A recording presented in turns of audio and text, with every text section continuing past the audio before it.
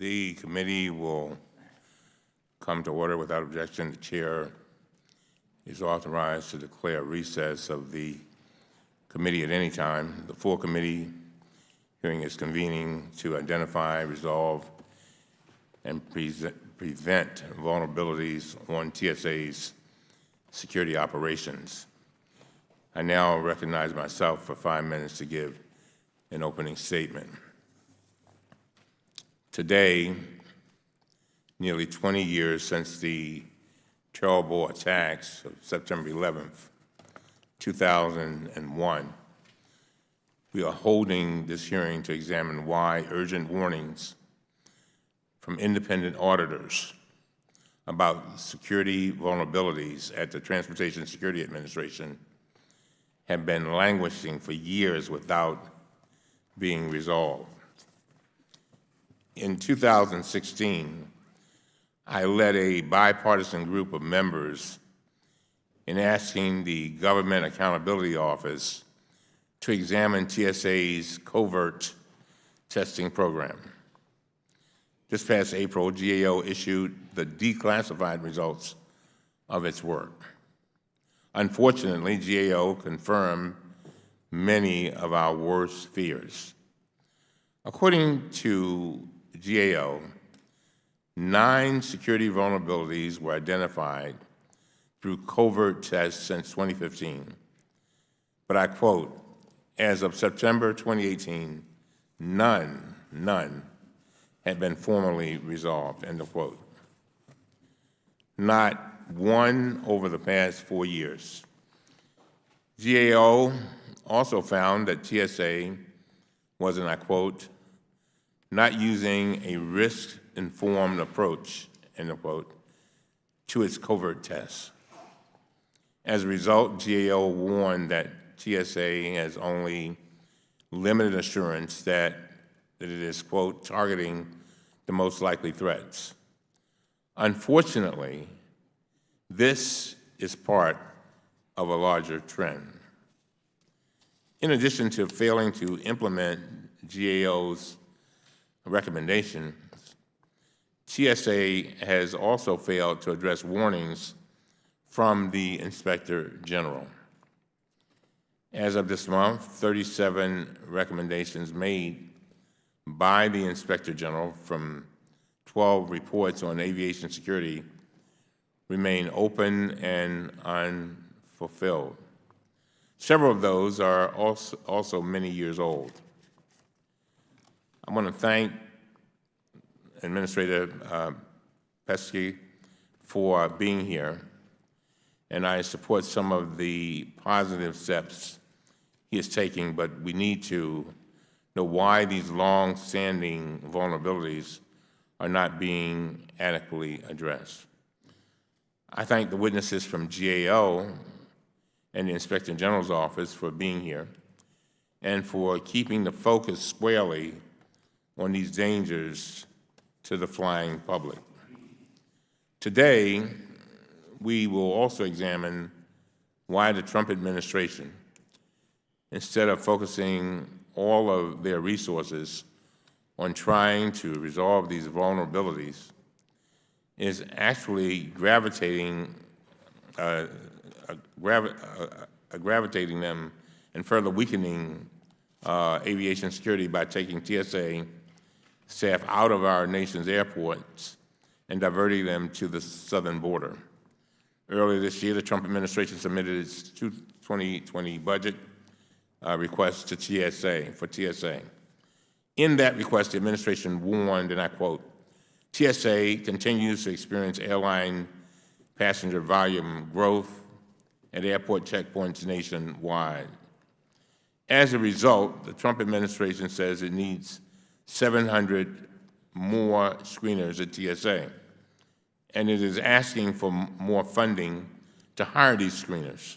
Yet, at the same time, the administration is diverting TSA employees away from their primary responsibilities and sending them to the southern border. We saw several press reports about this a few weeks ago. So the committee sent a letter to TSA to request the exact numbers and locations of the TSA officials who are being diverted. On Friday, TSA sent a response to the committee with new information showing the extent of these diversions. According to TSA, they have already diverted nearly 200 employees from airports and headquarters to the southern border, including transportation security officers, supervisors, and inspectors, as well as an additional 172 federal air marshals. The employees are drawn from more than 50 airports across the country, ranging from small regional airports to the largest, busiest airports in the nation. But this is apparently just the beginning. According to the letter on Friday, TSA has already approved an additional 294 employees to divert to the southern border. Let me put this quite starkly. On the one hand, TSA has dozens of security vulnerabilities that have languished for years, but the Trump administration is asking Congress for 700 more TSA screeners to handle huge increases in air travel.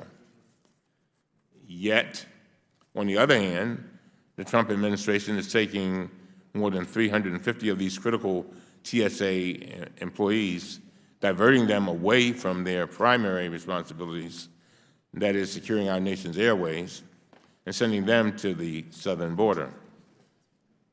And more may be sent. The administration's actions are not helping aviation security, they're harming it. In fact, in their letter to the committee on Friday, TSA admitted that there is, and I quote, a potential increased risk to in-flight security, end of quote. I ask unanimous consent that this letter be part of the hearing record without objection, so ordered.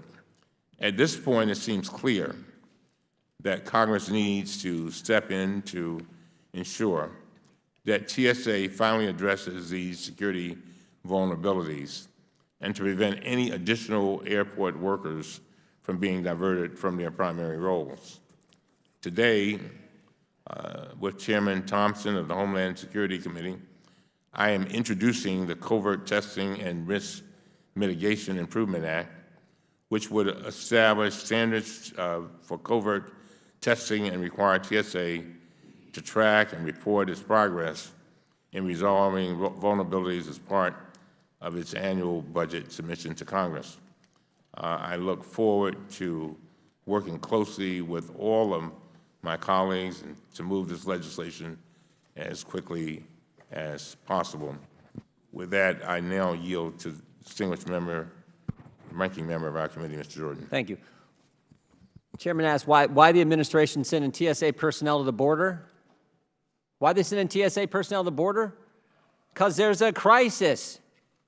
Just a few months ago, they had, in one drug seizure, enough fentanyl to kill 57 million Americans. Last month alone, the month of May, 144,000 apprehensions on the border. And he's asking why we're sending people down. Because it's a crisis. What's the Democrats' response? The Speaker of the House said walls are immoral. Congressman Blumenauer said abolish ICE. And there's been a supplemental waiting for 6 weeks to address the crisis. That's the problem.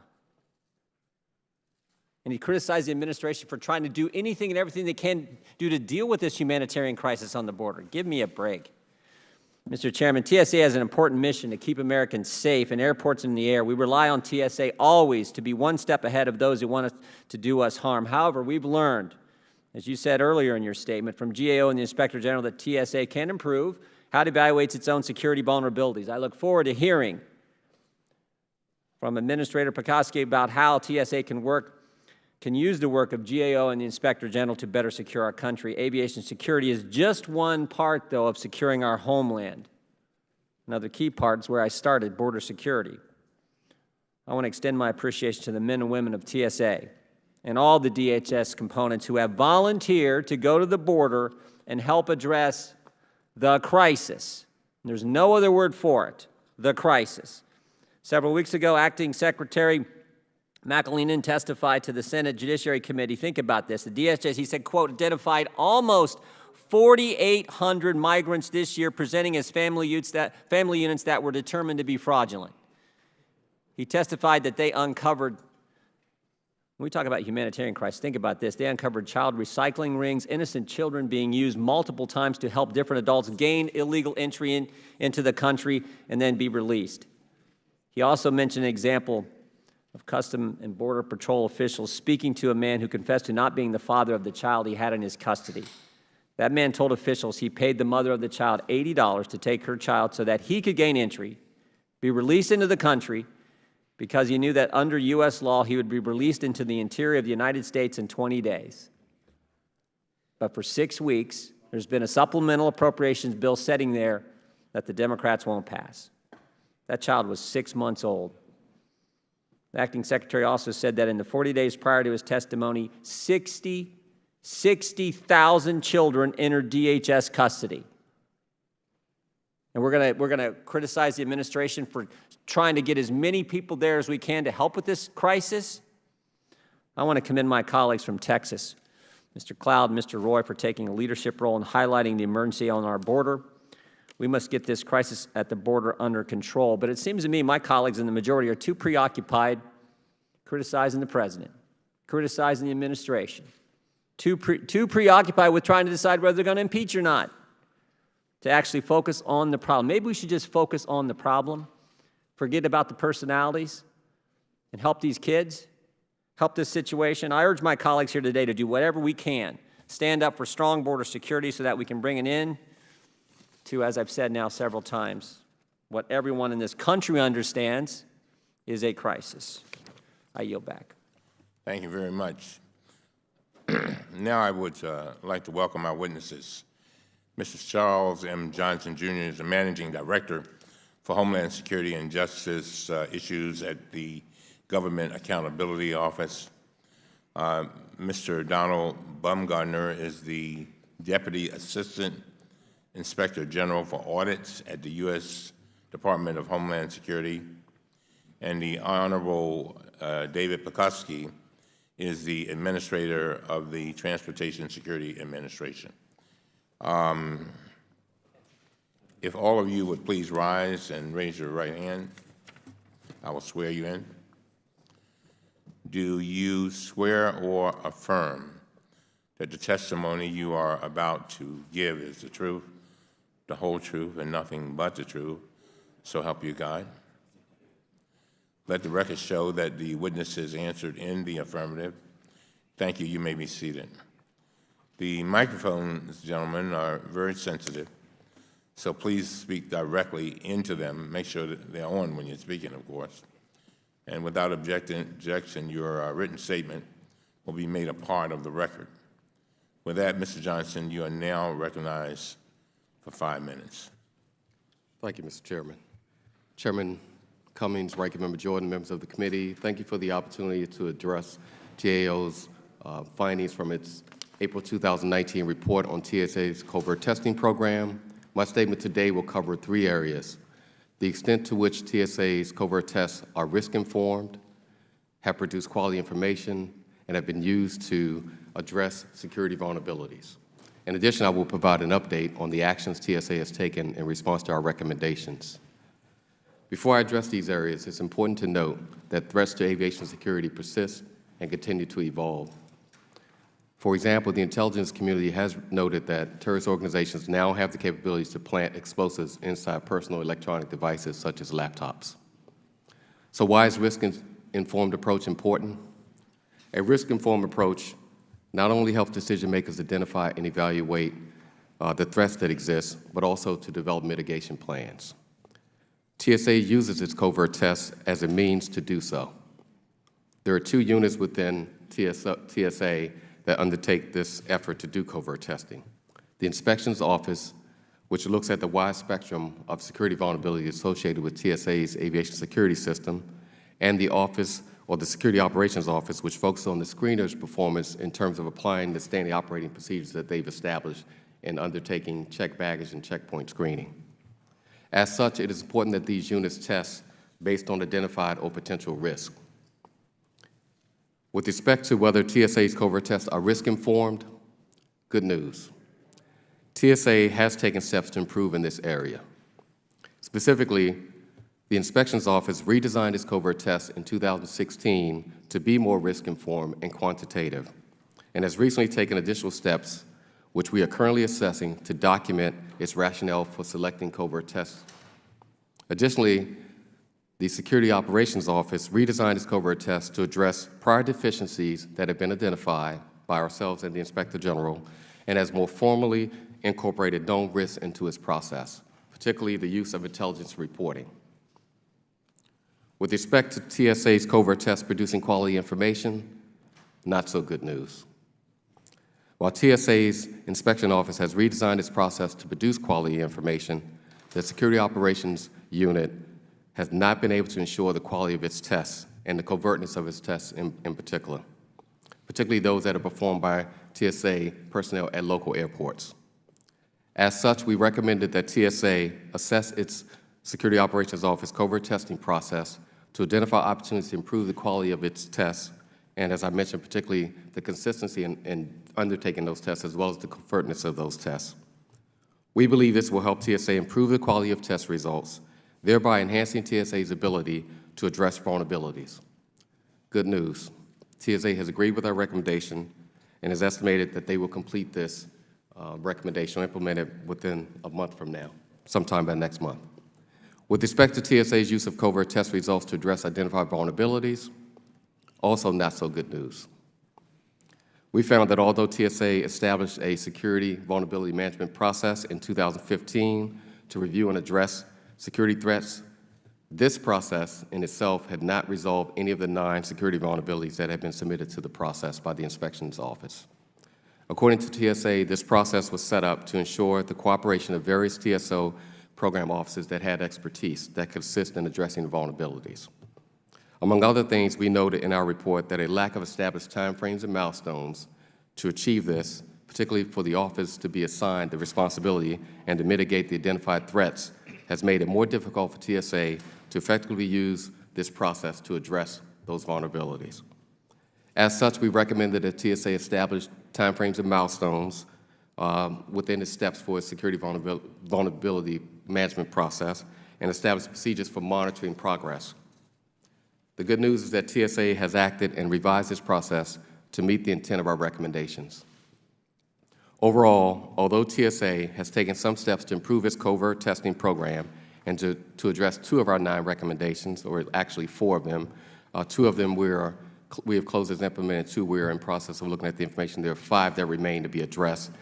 We believe that sustained management attention will be needed to ensure continued progress towards identifying and mitigating security vulnerabilities.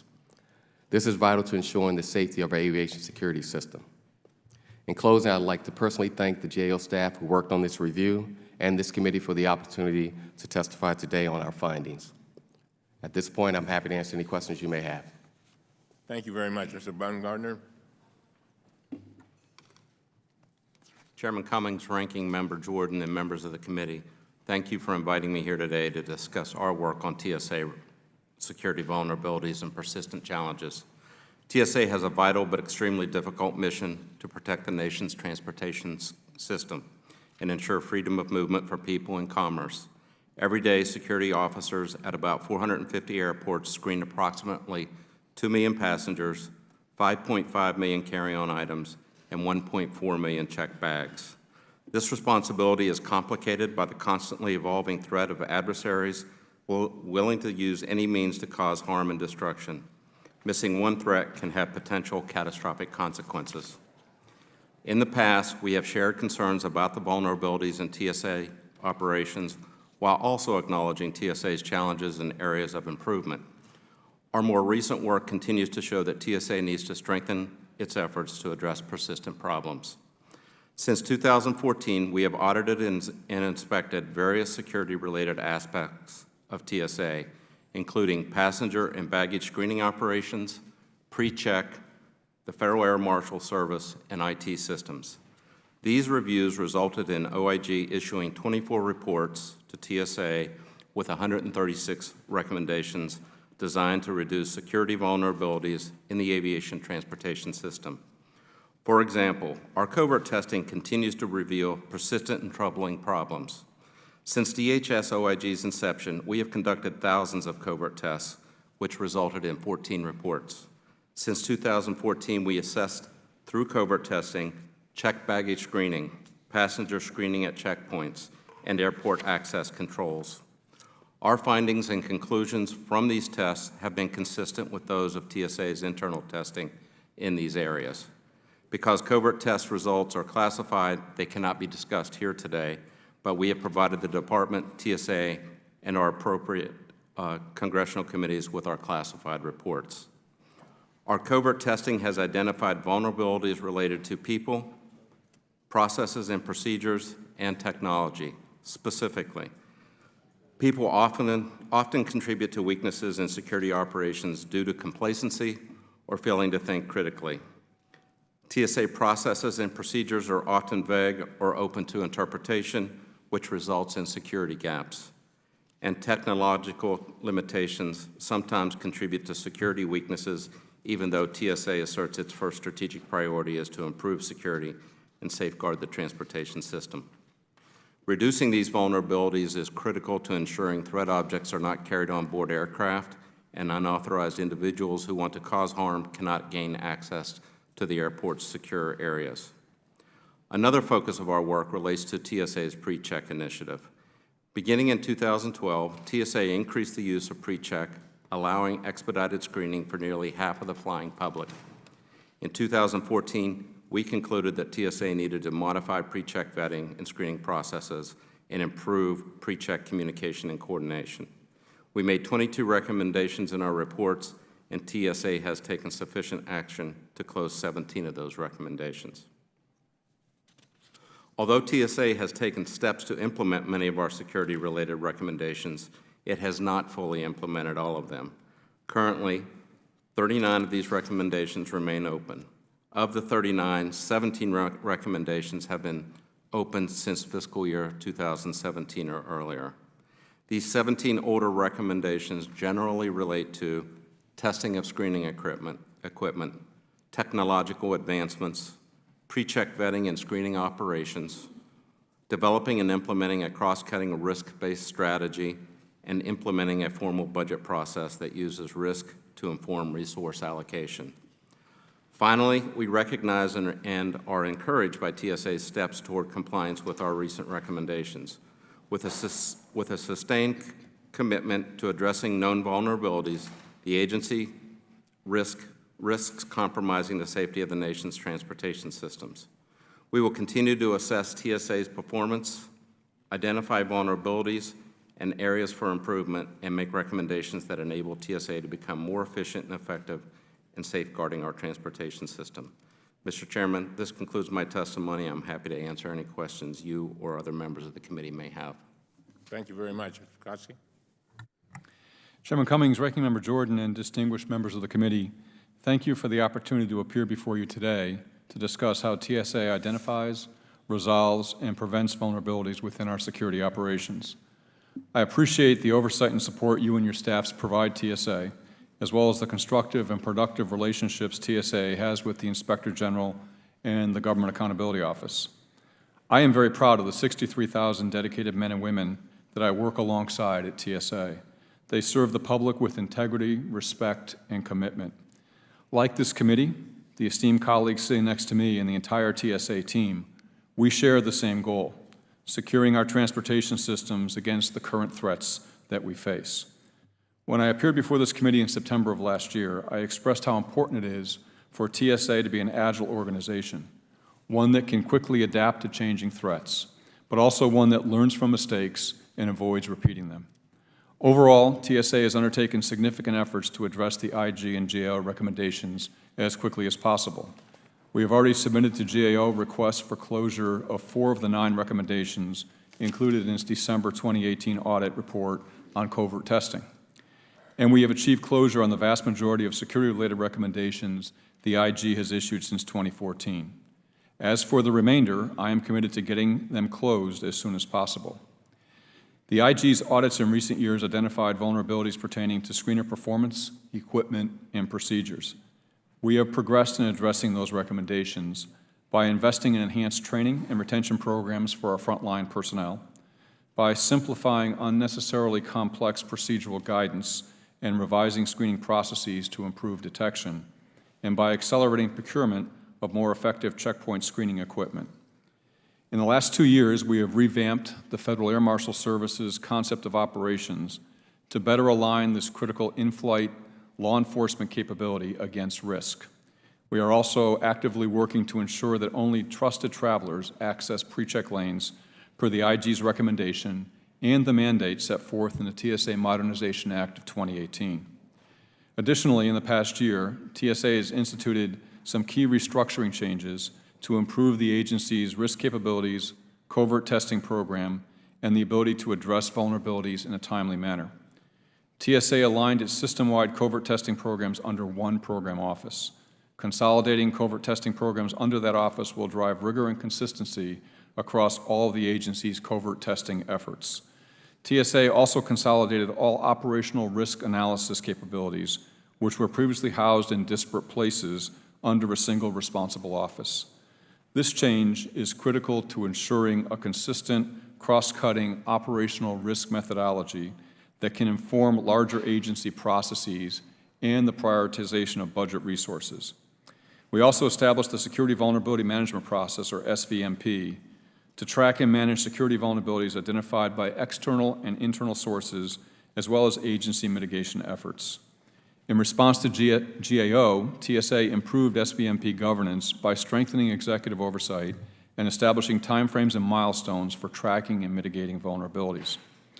To ensure we are closing identified vulnerabilities in a timely fashion, I will be holding quarterly risk meetings.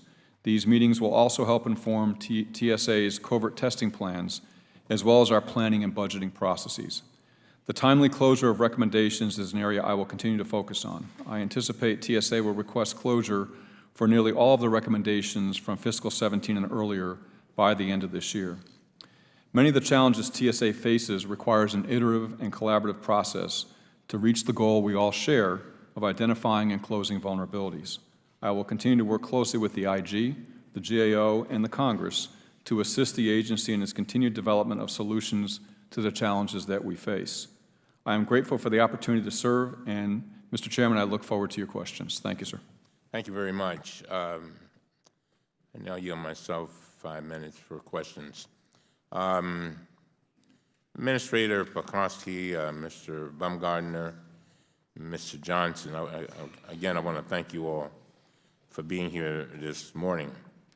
The Office of Inspector General and the Government Accountability Office have both identified critical vulnerabilities in our aviation security system that have remained unresolved, and in some cases for years. Mr. Johnson, the report the GAO issued this past April warns, and I quote, "It is important that TSA make timely progress on formal mitigation solutions because in some cases, inspections findings represent system-wide vulnerabilities to commercial aviation that could result in potentially very serious consequences for TSA and the traveling public," end of quote. Is that accurate? Yes, it is, Congressman. Similarly, Mr. Baumgartner, you titled a section of your written testimony, quote, "Covert testing continues to reveal persistent and troubling problems," end of quote. And then you go on to say that reducing these vulnerabilities is critical to ensuring threat objects are not carried on board aircraft, and unauthorized individuals who want to cause harm cannot gain access to airports' secure areas. Such actions could cause catastrophic damage resulting in loss of life and property. Is that right? Yes, Mr. Chairman. So, to me, these statements are like flashing red lights. And here's the key question. In your opinion, why are the vulnerabilities that could cause catastrophic damage or potentially serious consequences languishing at TSA without being resolved? Does the agency need more resources or personnel, or new processes or procedures, or a new sense of urgency? Any of you? Mr. Johnson. Thank you, Mr. Chairman. One of the things we noted was that it often took up to somewhere from 3, 4, 7 months for even the vulnerabilities to be assigned to someone to take a look at, to mitigate.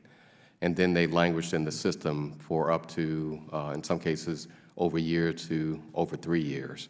Part of the thing that needs to be done is that security vulnerability management process that the administrator mentioned needs to have better controls in place to ensure that there are some timelines set, there are milestones, that there's some check-in to make sure that progress is being made. They were simply assigned there and lack of progress was made. As I mentioned, none of those 9 vulnerabilities identified by the inspections office have been resolved through that process. There was one that was closed, but it was outside of that process. And so I guess you could term that organization, procedures, and a sense of urgency. Is that a fair statement? It's a fair statement, but it's more so the need to have sustained management attention towards these issues. And as the administrator mentioned, his quarterly meetings and check-ins would help in that area. Mr. Baumgartner, did you want to say something? I would agree with Mr. Johnson on the technology development. It does take time. There's been some changes in priorities, and oftentimes we find there's insufficient evidence to support the changes that we've recommended. But what do you mean by that? What do we mean that? What is that? Well, if we ask for results-oriented changes, we oftentimes will not get the sufficient response from the agency that would close the recommendation. And all of this is happening, with the TSO issues and concerns we have with the retention and the training and hiring of TSO officers with an ever-increasing air travel system, which Mr. Pekoski mentioned in his statement, is scheduled to be very high this summer. Now, Mr. Pekoski, I do, from my days with the Coast Guard, and a lot of people don't know it, I used to be the subcommittee chairman in the transportation of the Coast Guard, and you were in the Coast Guard. And so I appreciate your leadership. You have been an outstanding leader. But I appreciate that you're making changes in the agency's approach in an effort to resolve these vulnerabilities. I hope that through continued oversight, we will see many of those vulnerabilities fully addressed. But I want to know that the focus you are bringing to closing these vulnerabilities and improving covert testing processes will not waver if you leave the agency. And what kind of assurances can we have of that? Mr. Chairman, thank you for your comments. And, sir, I am in a 5-year term as the TSA administrator, so I have no intention of leaving the agency. I intend to fully serve out my term, and I appreciate the Congress's support of that effort because I think leadership consistency in TSA is very important. Sir, one of the other things that I think is important to consider is that it's critical that we have systematic changes and systematic adjustments so that we don't repeat what we've heard from the IG and the GAO. And to do that, as you know, I published a TSA strategy with a lot of input from my TSA workforce and from our stakeholders. Following that, I published an administrator's intent. And these are designed to lay the groundwork in place to make some structural changes that I spoke of in my opening statement. So to hit your key areas in terms of what we might need, yes, resources. We need a significant investment in technology. We now have a capital investment plan for TSA that lays out our technology requirements over the entire future years Homeland Security plan. The structural changes, I mentioned that we're moving all of our covert testing into one office. That, to me, makes eminent good sense. I need to have one place that focuses on it, and I can assure you that we are going to do more covert testing. We already have over the course of time, and repeatable covert testing, so we can see if we make a change and do another covert test after that, how has that change been? Has it had the effect that we think? And the other one is process, and I think the process one is particularly critical. This requires senior leader focus all the time. And that's why I want to have at the administrator level those quarterly meetings to take a look at, hey, what is our risk this quarter? Has it changed from what we saw in the past? And then secondly, how are we allocating our covert testing resources and our internal resources to address the vulnerabilities that have been identified? I'm going to close by saying this, that my Democratic colleagues and I, we're joining in introducing the Covert Testing and Risk Mitigation Improvement Act this morning. This bill, gentlemen, which is also co-sponsored by Chairman Thompson, the chairman of the Homeland Security Committee, would do two major things: codify procedures for covert testing and vulnerability mitigation recommended by GAO, and two, require TSA to track and report its progress in resolving security vulnerabilities identified through these covert tests as part of its annual budget submission. We need a laser focus on closing security gaps through which our enemies could attack us, and my legislation is intended to direct the attention of both TSA and the Congress to this critical task, and hopefully this will be helpful. With that, I now yield Mr. Heiss 5 minutes for questions. Thank you, Mr. Chairman. So the title of this hearing today is Identifying, Resolving, and Preventing Vulnerabilities in TSA Security Operations. That's a worthy title. It comes with a lot of responsibility. There's a lot of weight in that title. Overall, though, I must confess it is a bit concerning to me. I wonder, for example, if my Democrat friends would be concerned if at the TSA we had no security whatsoever and anyone was able to walk on a plane and we didn't know who they were, where they came from, what their intentions were. They're just able to go through TSA without any security check and get on the board. Of course, they would not want that because we all want aviation safety. And yet, that is exactly what's happening on our southern border right now. We have people coming across our border. We don't know who they are. We don't know what their intentions are. We don't know what their plans are. But we do know that there have been thousands of crimes committed, including murder and rape and a host of other things. We know there have been tons of drugs coming across our southern border, and yet we have little to no security there whatsoever. I was there myself just a few weeks ago and was stunned that what's happening in our southern border is happening. It's inexcusable to me that what's happening in our southern border is taking place here in the United States, where people are just freely coming across here, contraband freely coming across our border, criminals freely coming across our border. And why are we not having a hearing today on identifying, resolving, and preventing vulnerabilities within our southern border security operations? And yet the concern is aviation, because we all fly. We want to be safe in the air. But does that mean we don't want to be safe in our country? Mr. Pekoski, would you agree with me that being so concerned about airport security but not being concerned about security on our southern border just does not add up?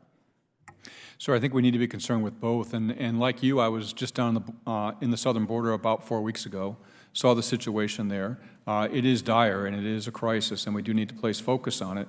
The chairman mentioned in his opening remarks the assignment of TSA volunteers to the southern border, as are other components of DHS providing volunteers. This is a crisis, and we need to address that crisis. This is a high risk for us as a nation.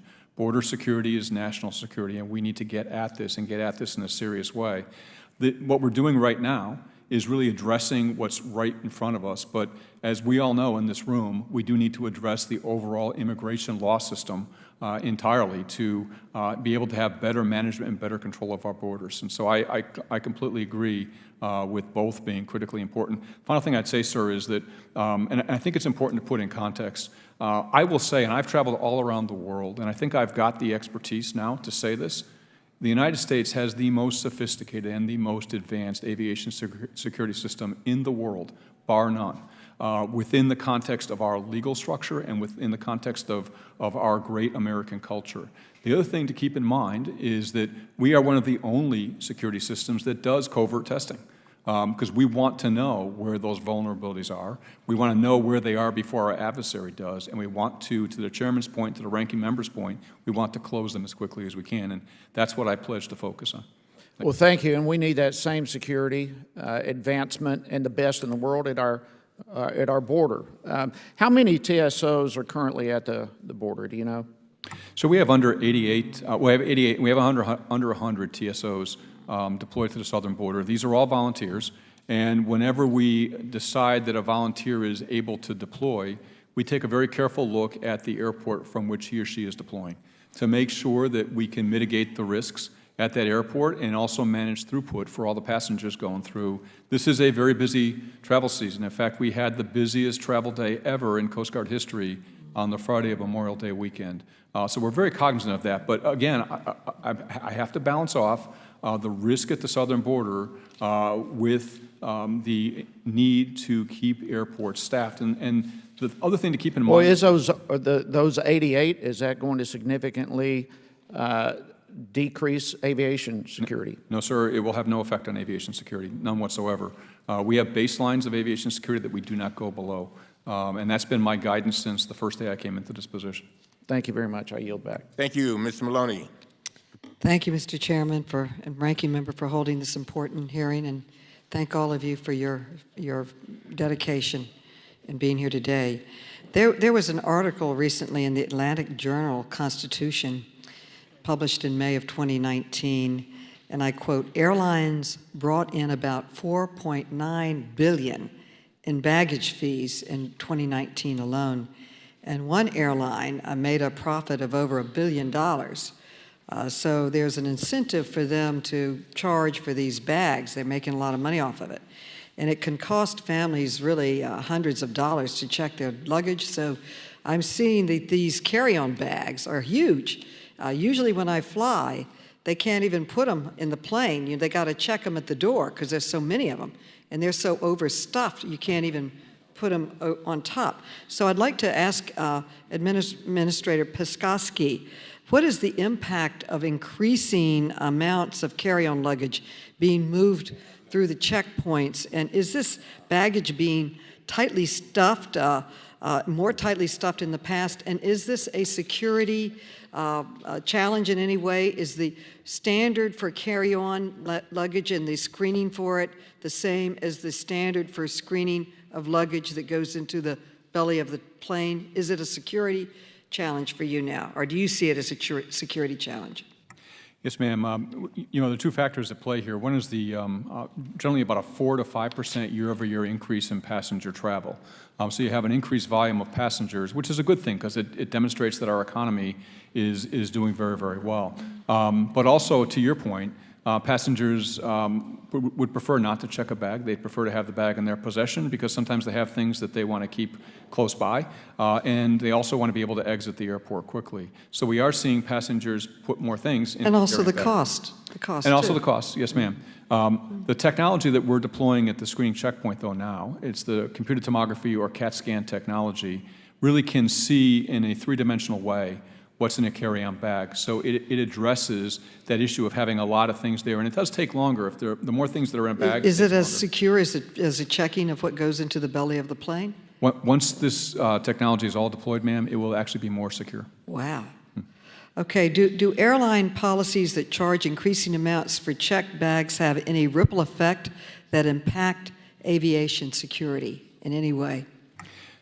No, Congresswoman, they don't impact aviation security because we inspect every bag to the same standard, and we ensure that we do that, whether it's a check bag to check bag standards or a carry-on bag to carry-on bag standards. And Mr. Baumgardner, do you have any thoughts on the impact that increasing amounts of overstuffed baggage has on any of the security vulnerabilities that your team has identified in the checkpoints? Yes, ma'am. We have noticed in the past, as we've done our covert testing, that as more travelers bring on more densely packed bags, it slows things down, and there have been some difficulties sort of identifying items in those bags. Okay. I'd like to ask Administrator Pekoski, do you keep records on attempts to violate security through the airport? Every now and then I talk to pilots who say they feel that sometimes our enemies are checking our security. You know, they catch them doing certain things. One told me that in the lavatory, they literally tried to cut through the lavatory into the cockpit with a knife or a machine of some type. Do you keep records of these, quote, attempts? And could you share with us the amount of them and what we're doing about it? Every now and then I'm in the airport and they close it down, and you don't even know why, but I feel that they found something they feel that is a threat to people. Yes, ma'am. We do keep records of all of the attempts to evade security or to, in some way, shape, or form, get through security in a manner that you shouldn't. Every single day I get a report that highlights all of the security attempts throughout the entire system. We are seeing, just anecdotally, I will tell you that I'm seeing more of them on a daily basis. Part of that's driven by the fact that we're seeing more passengers, but there are more attempts to create security situations both in airports and also onboard aircraft. Can you share with us an estimated amount per year? I can't, that would be just, literally off the top of my head. I would say, though, that every day the report I get is several pages long. It talks about every single incident that occurs at an airport. We can summarize some of that stuff if you'd like, but that's part of our risk evaluation process. We do look at trends of what are we seeing in our own experience happening at the checkpoint. But there's a part of this, too, is that we don't want to be rearward looking only. In other words, looking at the past. We want to be looking at where we think the threat's going. Thank you very much for your service, and I would like to see that. If you'd give it to the chairman, we could all study it. Thank you. Before we go to Mr. Meadows, I'm just curious, Mr. Pekoski, how much of this has to do with training? There's a good deal that has to do with training, sir. I think it's a combination of training, the procedures that I mentioned, making the procedures more understandable, and finally the technology. We've put a lot of emphasis on training, as you know. We have a TSA Academy now that is stood up, so every officer goes through this academy in Glencoe, Georgia. That's an attempt to begin to standardize the training. Additionally, we do have a TSO, Transportation Security Officer, career progression plan that financially rewards officers for completing additional training and gaining additional certifications. Thank you. Mr. Meadows. Thank you, Mr. Chairman. So, Mr. Pekoski, at what point are we going to have the GAO and the Inspector General's recommendations completed and closed? So we should have all of the recommendations that are earlier than fiscal 17 completed and closed by the end of this calendar year. That's our goal. Some of the other recommendations that are 17 and more current do take a little bit more time because they involve, for example, acquisition programs. There's one technology that we're using to better identify a passenger at the first entry point into a screening checkpoint. The IG will close that once we make further progress on that acquisition project. Some of it's budget-based. So if we're looking at these particular, and I'm over here, I know it's kind of like the voice of God, but but if we're looking at some of these recommendations, here's one of the frustrations I have is that you talk about airline passenger counts going up, you talk about carry-ons going up, and yet much of what TSA has done is not change the way that you actually screen passengers. And if you want to look at a model of inefficiency, go to Reagan right here, where every single member is judging TSA each and every week that they fly out. And yet, what we find are the standards that are used are standards that many times were put in place 10, 15 years ago. At what point are we going to have a change in terms of trying to make that more efficient so that we don't get bogged down? We're doing a couple things, sir. One is to focus on making pre-check purely pre-check. Right now, based on a series of rules, a passenger who is not a pre-check registrant or a global entry registrant could get pre-check on their boarding pass. We're phasing that out over the course of the next several months. So the pre-check experience should get quite a bit better. We are also prototyping a process where we do assess risk by passenger. And can we provide a different level of screening for passengers we deem low risk but not pre-check? So when do you implement that? And the reason I say that is I've gone through and I've gotten random screened with in Reagan where they do the whole thing for some types of gunpowder, I guess, on my hand. And I've been searched in ways that, candidly, I wouldn't recommend any American citizen being searched that way. And yet, your TSA agents seem to be laughing because they knew I was a member of Congress, as my colleagues said. So at what point are we going to start looking at profiling, and I use that word delicately, where we actually address the people that are the most high risk? That's the goal, sir, is to really focus the resources on where the greatest risk is. I know that's the goal, but when are we going to do that? It takes some time. Because this is not our first rodeo. We've been here with the chairman, where we've had these same kind of issues over the last 7 years. And we've had the same kind of inability to get them done. And it seems like you're a serious guy that you want to get it done, but I guess I'm tired of their progress being made, and yet we're not seeing any progress at our nation's airports. That's one of the reasons why we developed the capital investment plan for TSA, because a lot of this is technology. You mentioned going through and getting a pat-down. Nobody likes that. The officers don't like to do it, and passengers certainly don't like the invasion of their privacy with a pat-down. There is technology out there that will begin to address that more completely than what we currently have.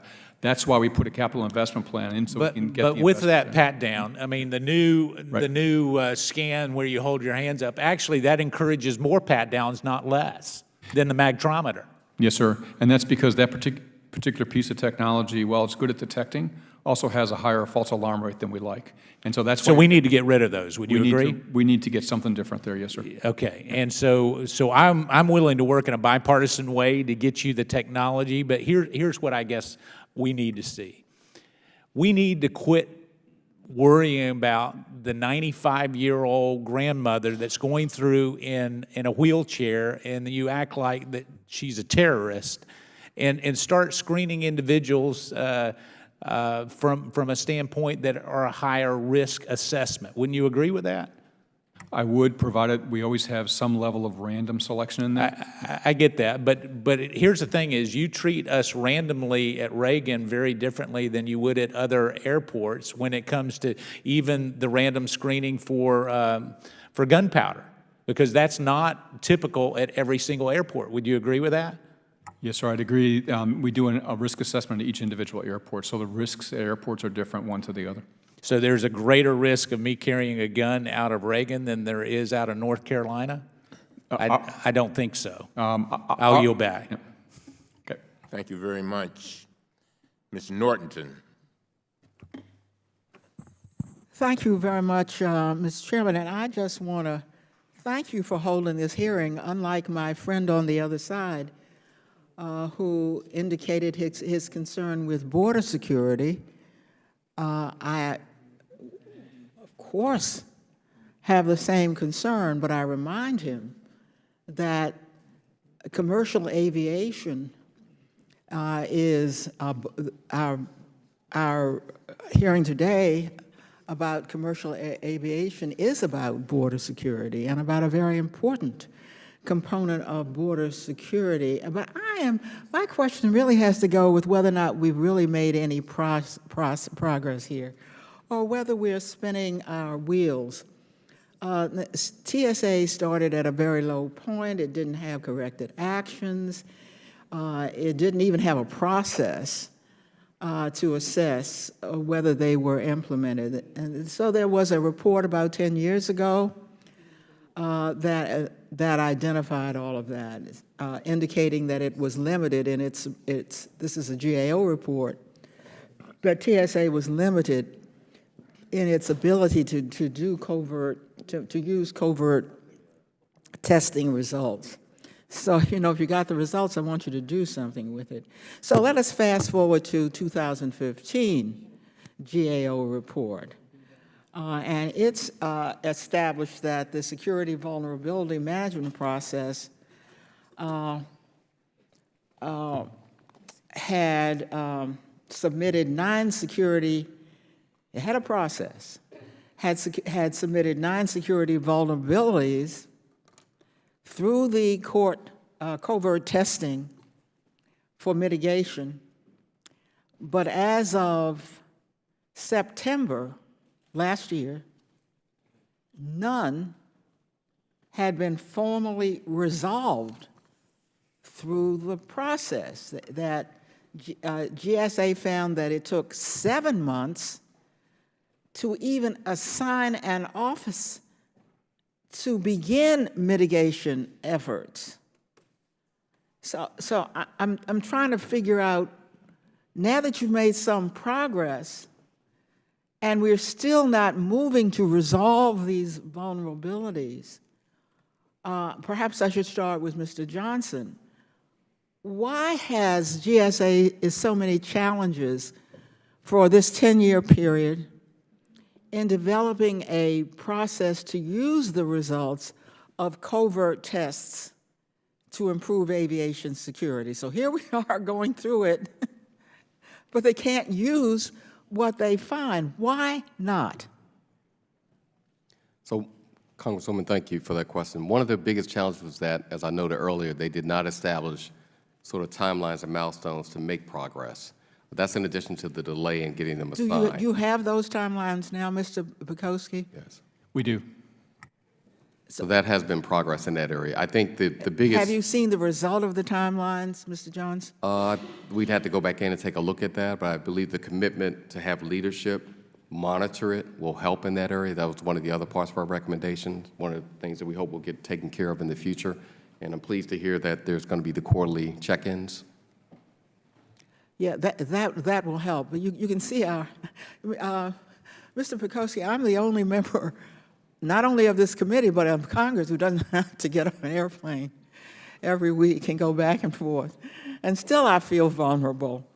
So what bothers me is the time it takes that we discover the vulnerabilities. You're on a committee that knows the vulnerabilities.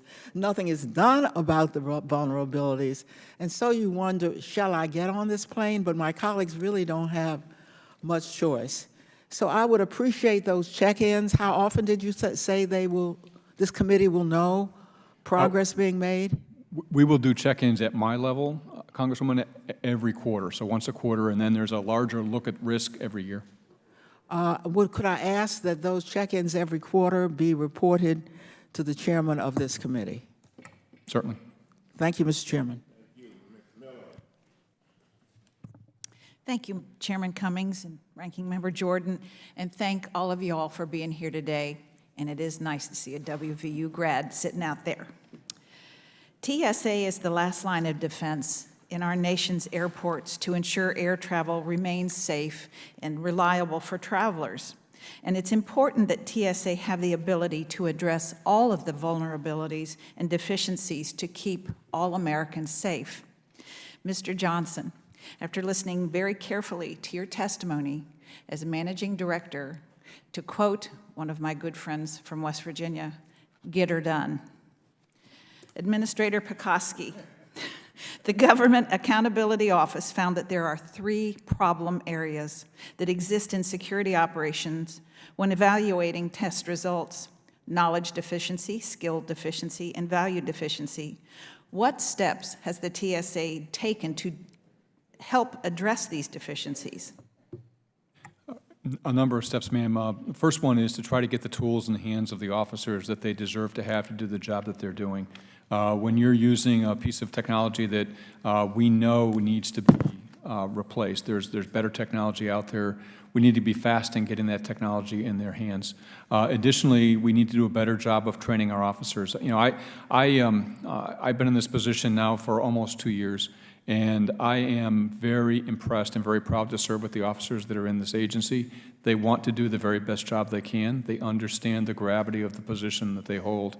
We just need to do a better job, and we are making progress in this regard of training them and assessing their performance and doing coaching, mentoring, encouraging them for this very important job.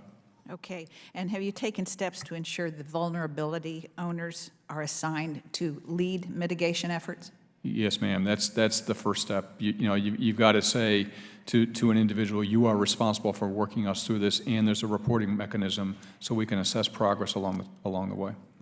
The TSA's mission statement on their webpage states that it's to protect the nation's transportation systems to ensure freedom of movement for people and commerce. Our administration, under the leadership of President Trump and the DHS, has worked tirelessly to address the crisis at our southern border. In May alone, over 144,000 immigrants illegally crossed into the country. I know that Congress needs to be a partner to the administration to ensure that we address this crisis swiftly in the most humane way possibly. I'm really worried about the flow of illegal drugs that cross our border every single day into the communities. And in many states, as well as my own state in West Virginia, illegal fentanyl and heroin have had deadly and devastating effects. In January alone, the U.S. Customs and Border Protection apprehended 100 million lethal doses of fentanyl in Arizona.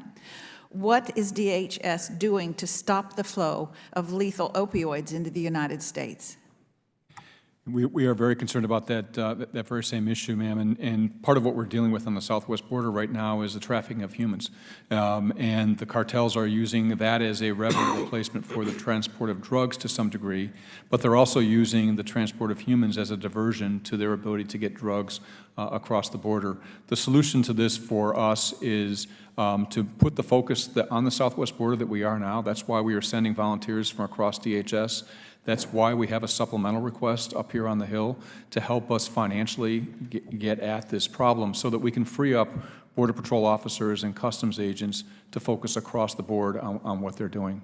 Wouldn't you say that the flow of these dangerous opioids across the southern border is one of our most significant threats to our national security? Yes, ma'am. I think any flow across our border that we don't control is a threat to our national security. Thank you. Mr. Baumgardner, can you discuss some of the IG recommendations that the TSA has resolved? Yes, Congresswoman Miller. We're concerned about the retaining, hiring, and training of TSOs with the requisite skills. I believe TSA is working on that, as Administrator Pekoski indicated. We're also concerned with the screening technology, and I think there's a plan afoot to enhance that. And then updated policies and procedures is something that is near and dear to our heart, and most all of our covert work and other security-related work. There's a move afoot to, and a lot of those recommendations have been closed. But I would also say that one of the more important issues, and I'm proud to say that this committee and others have held a lot of oversight hearings on TSA, and in 2015, we had 7 hearings alone, and that also goes a long way to helping us close recommendations. But that's more a work in progress as opposed to a resolution, correct? Yes, ma'am. Thank you. Mr. Wasserman Schultz. Thank you, Mr. Chairman. Mr. Pekoski, I have a couple of fairly tough questions for you, and I hope you can be frank, since that's the purpose of this hearing. TSA is currently operating an aviation security training program to help Saudi Arabia start an Air Marshal program. This program was approved by former Department of Homeland Security Administrator John Kelly. Last week, the UN released an investigation into the murder of U.S.-based journalist Jamal Khashoggi inside the Saudi consulate in Istanbul. The report found, and I quote, "Mr. Khashoggi's killing constituted an extrajudicial killing for which the state of the Kingdom of Saudi Arabia is responsible, and that there is, quote, credible evidence warranting further investigation of high-level Saudi officials' individual liability, including the Crown Prince's. The Central Intelligence Agency reportedly assessed with high confidence that Crown Prince Mohammed bin Salman ordered the assassination, and the President has refused to provide the statutorily required Magnitsky Act report regarding who killed Mr. Khashoggi. Mr. Prekoski, is TSA still providing technical assistance to this program that specifically assists Saudi Arabia with their Air Marshal program, which supports a government complicit in the murder of a U.S. resident? We had done some assessments with the Saudi government before Mr. Khashoggi's killing. To the best of my knowledge, since that occurred, we have not done any training. This has all been worked through the State Department through an agreement that we have with State. But as best I understand, and if I'm wrong on that, we'll certainly get back to you and correct it. But we haven't done any training since that happened. Okay, so the program that has been assisting the Saudis with their Air Marshal program since the Khashoggi murder has been terminated. And there's no activity at all now in assisting the Saudi government with their Air Marshal program. I don't know that the program itself has been terminated, but I'm fairly certain there's been no activity on that program. And as best I recall, we had done assessments, but actually had not done, we did assessments for what training they might need, but had not done any actual training. Are you still providing technical assistance to this program? To the best of my knowledge, no. Okay, if you could get back to me for the record, that would be helpful.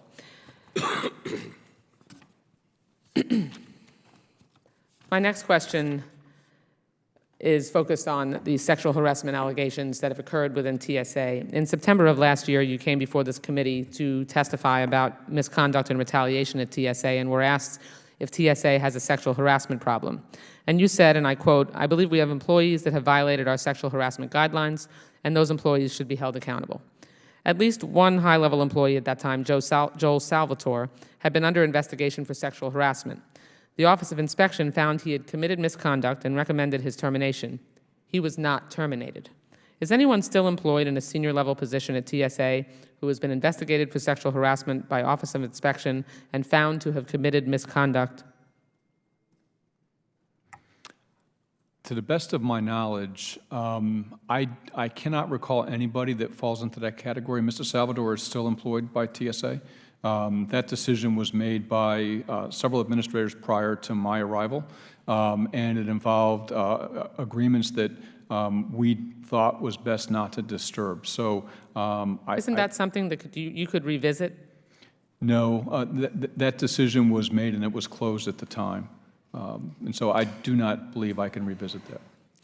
You said, so you aren't aware of any senior level employees that have been investigated for sexual harassment by the Office of Inspection who are still working and found to have committed misconduct? None. That come to my mind sitting here in this hearing, but I will go back and check the records and we'll get back to you if there are. Okay. You said last year that you're aggressively addressing the problem of sexual harassment of TSA. What actions have you taken since September, and what changes can you share with us that have addressed this issue? We do take aggressive action whenever we have a case where there is confirmed sexual harassment. We have done a lot of training to make sure that our employees feel free to be able to report sexual harassment, because I think open and honest communications with our employees is a bedrock of a good functioning organization. What actions that would fit in the definition of aggressively addressing the problem of sexual harassment at TSA can you say that you have worked on since you became the acting administrator? There have been no specific cases that I have worked on, but that's not unusual. There would be cases that would be addressed well. No. When you're aggressively addressing a problem, right, that means that you are taking comprehensive action, right, in a significant way, to prevent it from happening. I'm not talking about only going after and making sure that you hold accountable individuals who have committed that sexual harassment, but ensuring that it doesn't happen anymore and that you cut off the pervasive culture that has allowed it. What have you been doing to aggressively address that as you committed you were doing? Regular communications on any form of employee misconduct, to include sexual harassment, to include retaliation against whistleblowers. I mean, that's been a consistent message of mine. I would also highlight the fact that we are focused on leader development and making sure that leaders below my level take the same approach to these issues. None of that, to me, meets the definition of aggressive, and I'd look forward to hearing the information that you do not have available to us today for the record. Thank you, Mr. Chairman. I yield back. Mr. Massey. Thank you, Mr. Chairman, for having this important hearing. Mr. Pekoski, I want to compliment the TSOs at the CVG airport, where they've doubled passenger embarkments at that airport in the last 5 years, but I am always met with politeness, professionalism, and efficiency at that airport. I wish that were the case at all of the airports. I wouldn't say that my tests are covert. I'm probably recognized 25% of the time, but the other 75% of the time, they have no idea who I am, and they keep the lines moving, and they're still professional while being friendly. It'd be great if DCA could follow the lead of CVG, the TSA agents there, where if you go through pre-check, you can't even get a gray bin to put your materials in. They insist you dump them all on the belt and let them ride through that machine and hope that it comes out the other end. And I would suggest that if we had more consistency in the screening across the airports, the lines would move faster, because every time you throw in a kink, like we're not going to give you a gray bin to put your materials in, that sort of slows things down. But in general, I want to thank the TSOs, and I think you're doing a good job there. Mr. Johnson, I want to give you a chance to expound a little bit on something you touched on in your opening statement about the covertness of the covert tests. Because unless these are covert tests, we have to question the validity of the information we get back. And as you said, you could overrepresent the performance if the TSOs are somehow tipped off that testing is going on. Can you talk about the ways that they could find out or know about that the testing is going on, and therefore sort of subvert the covertness of the covert tests? Absolutely. And we flushed it out more fully in our statement that we have submitted. But we did find, and this is one of the areas where we do have a recommendation that we're hopeful will be closed relatively soon, I understand a month from now. But we did find cases where there were practices where the covertness was sort of not there, and that the screeners were aware that there was a test underway. That was discovered because they were recognized the screening bag. The same bag was used across locations and airports, and they would use that same bag, so they're familiar with the bag that was being used, as well as they were familiar with some of the screeners. It's important to note that TSA uses sort of a field evaluation team that goes out and does the screening, and they also have a headquarters team. We found that the rate of success in terms of them catching things was much higher when the field folks, the folks at the local airports, were going out and doing it, versus when they sent individuals from the headquarters to validate and check.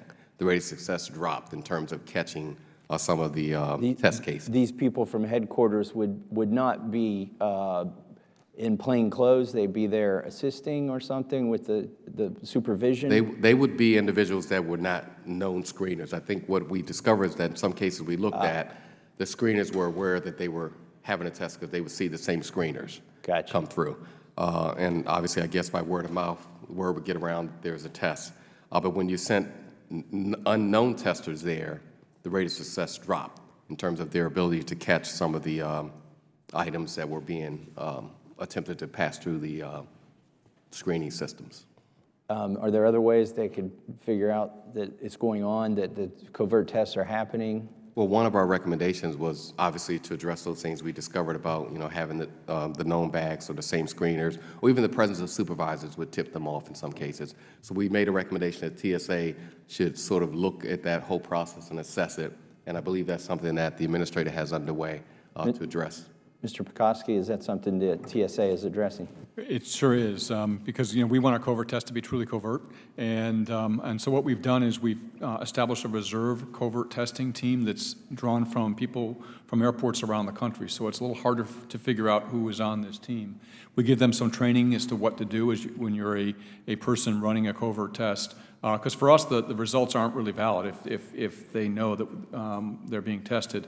The other thing that we do is we have a process called ETIP, which is electronic threat image projection, which doesn't really involve a person to test an officer, but we electronically project a threat image as they're screening bags, and we assess how well they are at identifying those threats. And that's very systematic, and I think that's very reliable data. Do you agree, Mr. Johnson, that you feel that TSA is addressing the covertness issue?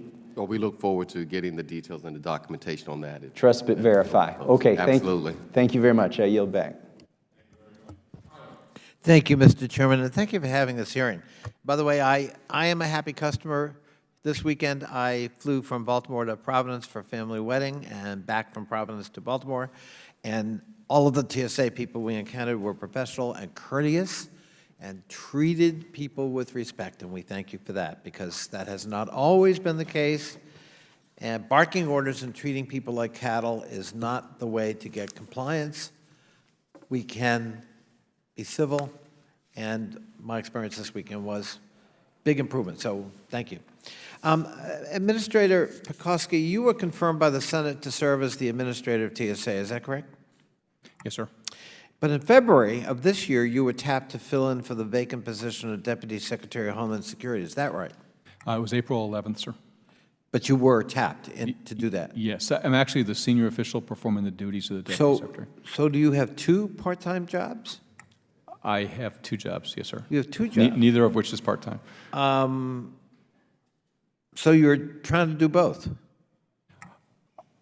I'm doing both positions. I'm still the administrator of TSA, but I have a very, very strong team at TSA. I'm focused on what you were confirmed for and what you're doing. Yes, sir. All that. Confirmed as a TSA So administrator. do you have a timeline for when you might return to your full-time confirmed position at TSA? No, sir, no timeline. I serve at the pleasure of the Secretary.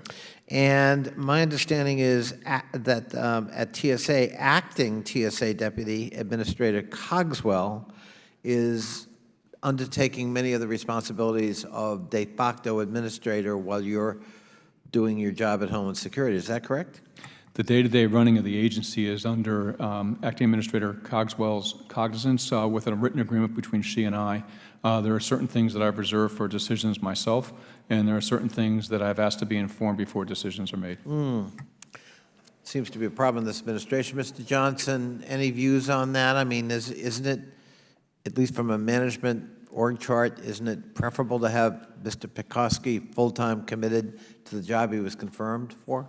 Well, I'll just refer to some of the past work GAO's done, looking at high-risk issues. Particularly, we talked about the DHS staffing issues, and they're having the right staff in the right place at the right time. It's always good to have someone in a position to be that leader. Whether or not someone acting in a capacity and not acting can do the same job. Ultimately, we would like to see a leader in place that's confirmed or someone that's in a position full-time. Especially with an agency that is hardly without problems and challenges. It's a hard job. I mean, it's really a hard job. I mean, 440 airports, 2 million daily passengers screened, 5.5 million carry-on items, and 1.4 million check bags daily. I mean, that's, and the stress of make sure nothing gets through. No bad guy gets through. So full-time and attention, it seems to me, is required and absolutely desirable. To your point, Mr. Johnson. Mr. Johnson, Mr. Baumgartner, let me ask you, the ranking member talked about the crisis at the border. Of course, for some of us, the crisis is children die there because of neglect and the conditions under which people are being held. But is it, I guess it seems counterintuitive that we would actually use TSA people to go down to the border. What is it they're going to do down there? What is the expertise they bring to the border, to protecting or securing the border? Yeah, I think the administrator is best in a position to answer that. Mr. Pekoski, what is the expertise TSA personnel bring? And does this, given the volume and the challenges you face, doesn't it take away from your mission? I mean, doesn't it kind of dilute your ability to do your job? Sir, it doesn't take away at all at this point from our security mission. We have a relatively small number, given the size of TSA, 63,000 people, and we have a total of 350 or 400 people assigned to Southwest Border Operations. So that percentage cannot possibly affect, in my view, the provision of security. What about, I'm sorry, I'm going to run out of time. What about the proposed diversion of $232 million from your budget to border operations? Did we give you $232 million extra? Did we make a mistake? We overestimated your budget because you didn't need $225 million almost? No, and every agency needs the resources that they've been appropriated, but we do have an emergency supplemental for humanitarian purposes that's been up here for 6 weeks that will address a lot of the issues at the southwest border, and I would urge consideration and passage of that supplemental. Well, Mr. Chairman, my time is up, but I sure would love to get Mr. Johnson, Mr. Baumgartner's take on that, if you will allow it. I mean, Your time has expired, but they may answer it. I thank the chair. I would agree with Mr. Johnson. It is a complex organization. I don't have anything further to add to that. Johnson, do you have Yeah, and any- in terms of, obviously, the budget decisions are for the administration and the agency to make those determinations, Congress to make that decision. I would like to note, though, that we've looked at in the past TSA's staffing model for its TSOs, and there was a shortfall or gap there in terms of what was really needed based on that staffing model. Thank you very much. Mr. Higgins. Thank you, Mr. Chairman. Mr. Pekoski, due to the crisis at our southern border, Customs and Border Protection, ICE, and Health and Human Services they've been overloaded with processing migrants, and they have asked, DHS has asked, DHS-wide, for volunteers to assist at the border. Is that correct? Yes, sir.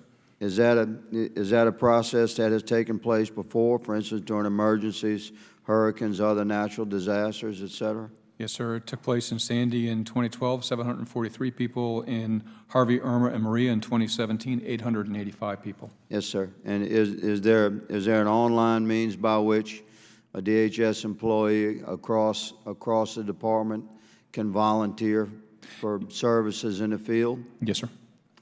And regarding the agents that have volunteered from TSA to serve in the field on the border and protection of their nation's sovereignty, has that impacted TSA's ability to carry out its mission? It has not. Thank you. One of the challenges that's been noted for TSA is retention of personnel. Is that true? That's true. Would you concur that that for an agent working within any static environment, if they're driven by their fervor to serve in the field, to speak with their family and say, I want to volunteer to serve in the field on the border, and they're selected, if they're allowed to serve on that voluntary basis, would you believe that would help with the retention of that agent or deter his retention? Sir, it would significantly help, and most of the people that we send to the border ask for an extension. Thank you very much, sir, for clarifying that. Regarding the vulnerabilities, it's been stated by my colleagues that of the 9 vulnerabilities, none have been, quote unquote, formally resolved. Another colleague across the aisle stated nothing is done. Is there a difference between nothing is done and formally resolved versus addressed or mitigation efforts in progress? Yes, sir, there's a big difference. There's not a single recommendation that has had no action taken towards it. The vast majority of the recommendations have been resolved but not closed. There are only 5 or 6 that remain unresolved, which, considering the number of recommendations, in my view, is a relatively small number. Thank you. My research shows that of the 9 vulnerabilities assessed by GAO, 1 has been closed by a policy change. Another 8 have been assigned a vulnerability owner. Would you explain to America, please, what exactly is a vulnerability owner? How are they chosen and qualified in the mitigation effort? So a vulnerability owner is a senior executive within TSA whose job purview includes correcting that vulnerability. I think it's important to assign an individual by name to address that so that there's accountability. And you had stated earlier quickly that you expect to have these vulnerabilities closed through the mitigation process that's ongoing right now by the end of this calendar year? Yes, sir, for those vulnerabilities from fiscal 17 Okay, and moving earlier. on, I have a question about federal air marshals. It's been assessed that the quote was that federal air marshals, quote-unquote, OIG stated, questionable contribution to aviation, transportation, security. I would challenge that assessment that OIG essentially stated that because of EIDs, improvised explosive devices, versus traditionally understood hijacking efforts, that the model of federal air marshals would be questionable to aviation security. I believe that's a fair assessment of their assessment. At 36,000 feet and 575 miles per hour, if a well-trained, determined terrorist managed to open an emergency exit door in an aircraft, what would happen to that aircraft? That would be catastrophic to the aircraft, sir. Would it not? And in the process of stopping that attempted effort by someone determined to do so, if a federal air marshal was on a plane as a passenger, would you feel better? I would. Thank you very much. Moving to a question regarding your testing, covert testing, my final question. Does your covert testing include K-9 teams? Yes, sir, it does. In what way? In the remainder of my time, please answer that. Yes, sir. We test covert teams. We covertly test K-9 teams and the performance of their duties. We just completed a test not too long ago. We're about to retest. We've made some adjustments, and we're about to retest. So, regarding the K-9s and the covert testing being sometimes disclosed, is there any way for you to tell the K-9 animal that there's a covert test going on? Does it just perform? The K-9 just performs, but the handler can get tipped off. Good point. Thank you, sir. Mr. Chairman, I yield. Mr. Lynch. Thank you, Mr. Chairman. I want to thank the witnesses for your help with our work. So I'm reading an article here from Travel Magazine. A summer from hell is coming to U.S. airports, and it talks about the fact that from June 1st to Labor Day, we're going to have about 257 million passengers flying from U.S. airports and into U.S. airports. Meanwhile, we have diversion of resources to the southern border. We have a lapse or a lag in terms of training up TSOs. And we also, I sit on the Transportation Committee, I'm on the Aviation Subcommittee, and we've got this problem with the 737 MAX where those aircraft will not be available. So, you know, this, from what I'm hearing here, and I've been at this a while, we're in a very, very bad place right now, transportation-wise, especially with passenger screening and luggage screening in the United States. And there's nothing that you're telling me here today that leads me to believe otherwise. I do want to point back to, we had other hearings on red team testing where, you know, we had people from, I think it was Gene Dodaro or Mr. Roth. We had red teams go in, so-called red teams, and they would try to get through the TSA screeners with weapons. And, you know, some of it's classified, but I'll tell you, they taped 38 caliber weapons on their legs and stuffed small machetes into arm casts and just walked through. The failure rate of our screeners was horrific. I won't say a number because that's classified. It was horrific. And I'm not hearing any changes here. I know you've done 14 different red team reports. I'm concerned. Mr. Johnson, I appreciate, you know, that you're acting in this capacity and you're doing your best, but I don't think that TSA in this context should be allowed to inspect themselves or to judge their own competencies.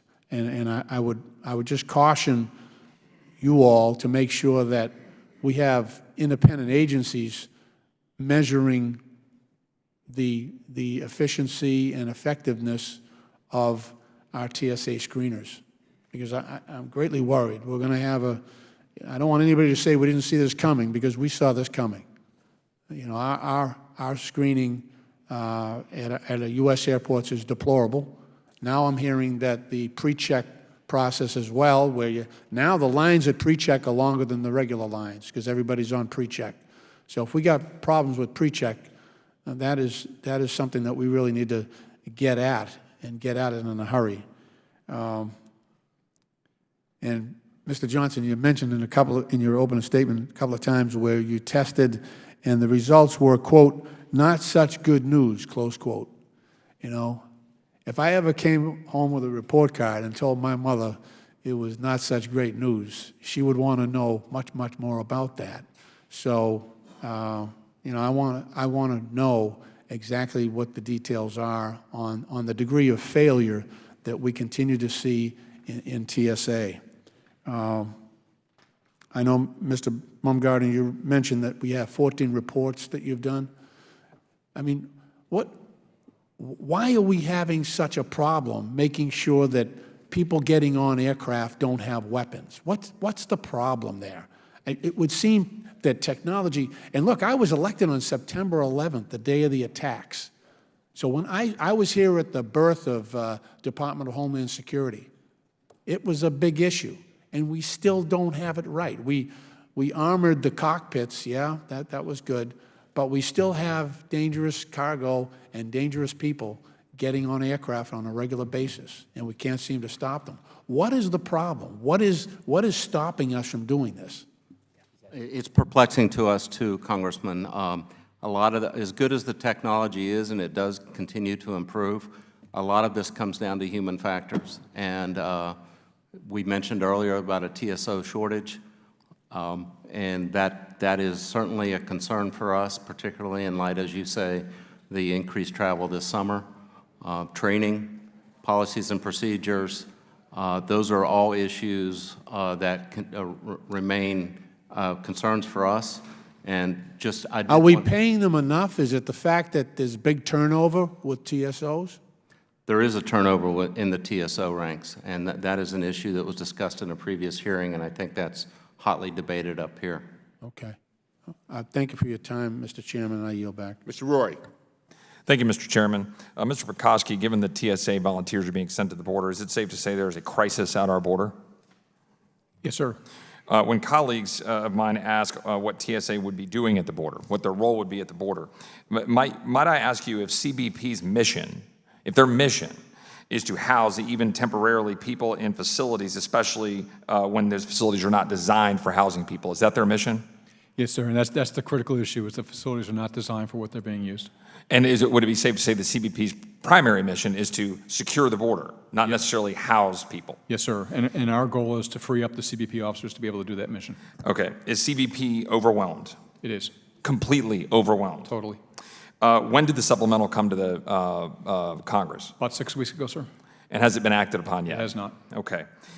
Did you hear recently of an adult and 3 children who were found dead at the border 2 days ago? Yes, on Friday. In whose custody were they? They were in Border Patrol custody. Actually, when they came across the border, they passed away before they came into Border Right, Border Patrol found them, right? Right. So they were in the custody of probably the Reynosa faction of the Gulf Cartel or coyotes employed by that entity. They were, and the Border Patrol searched for 2 days to find everybody else.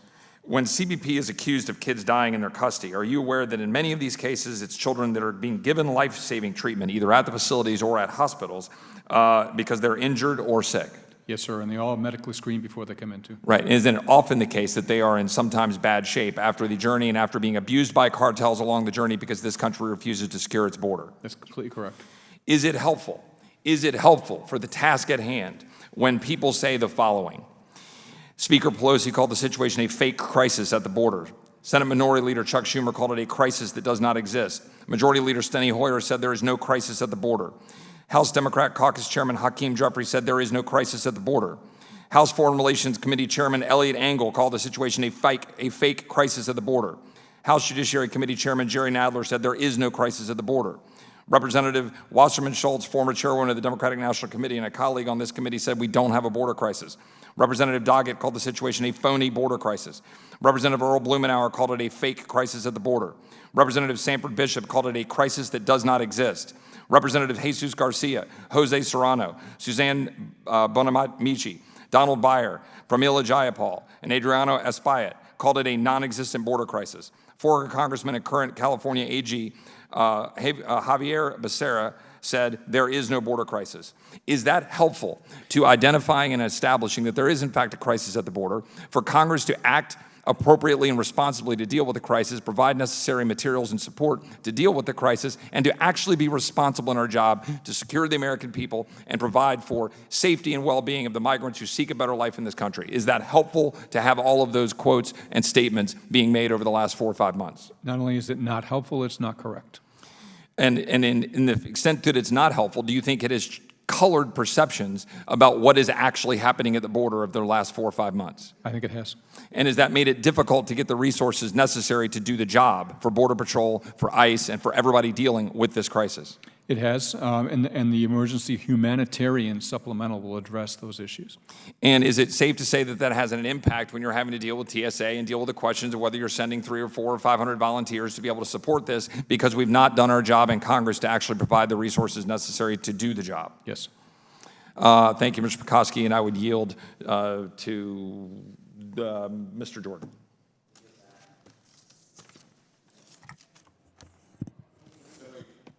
Thank you so much, Chairman.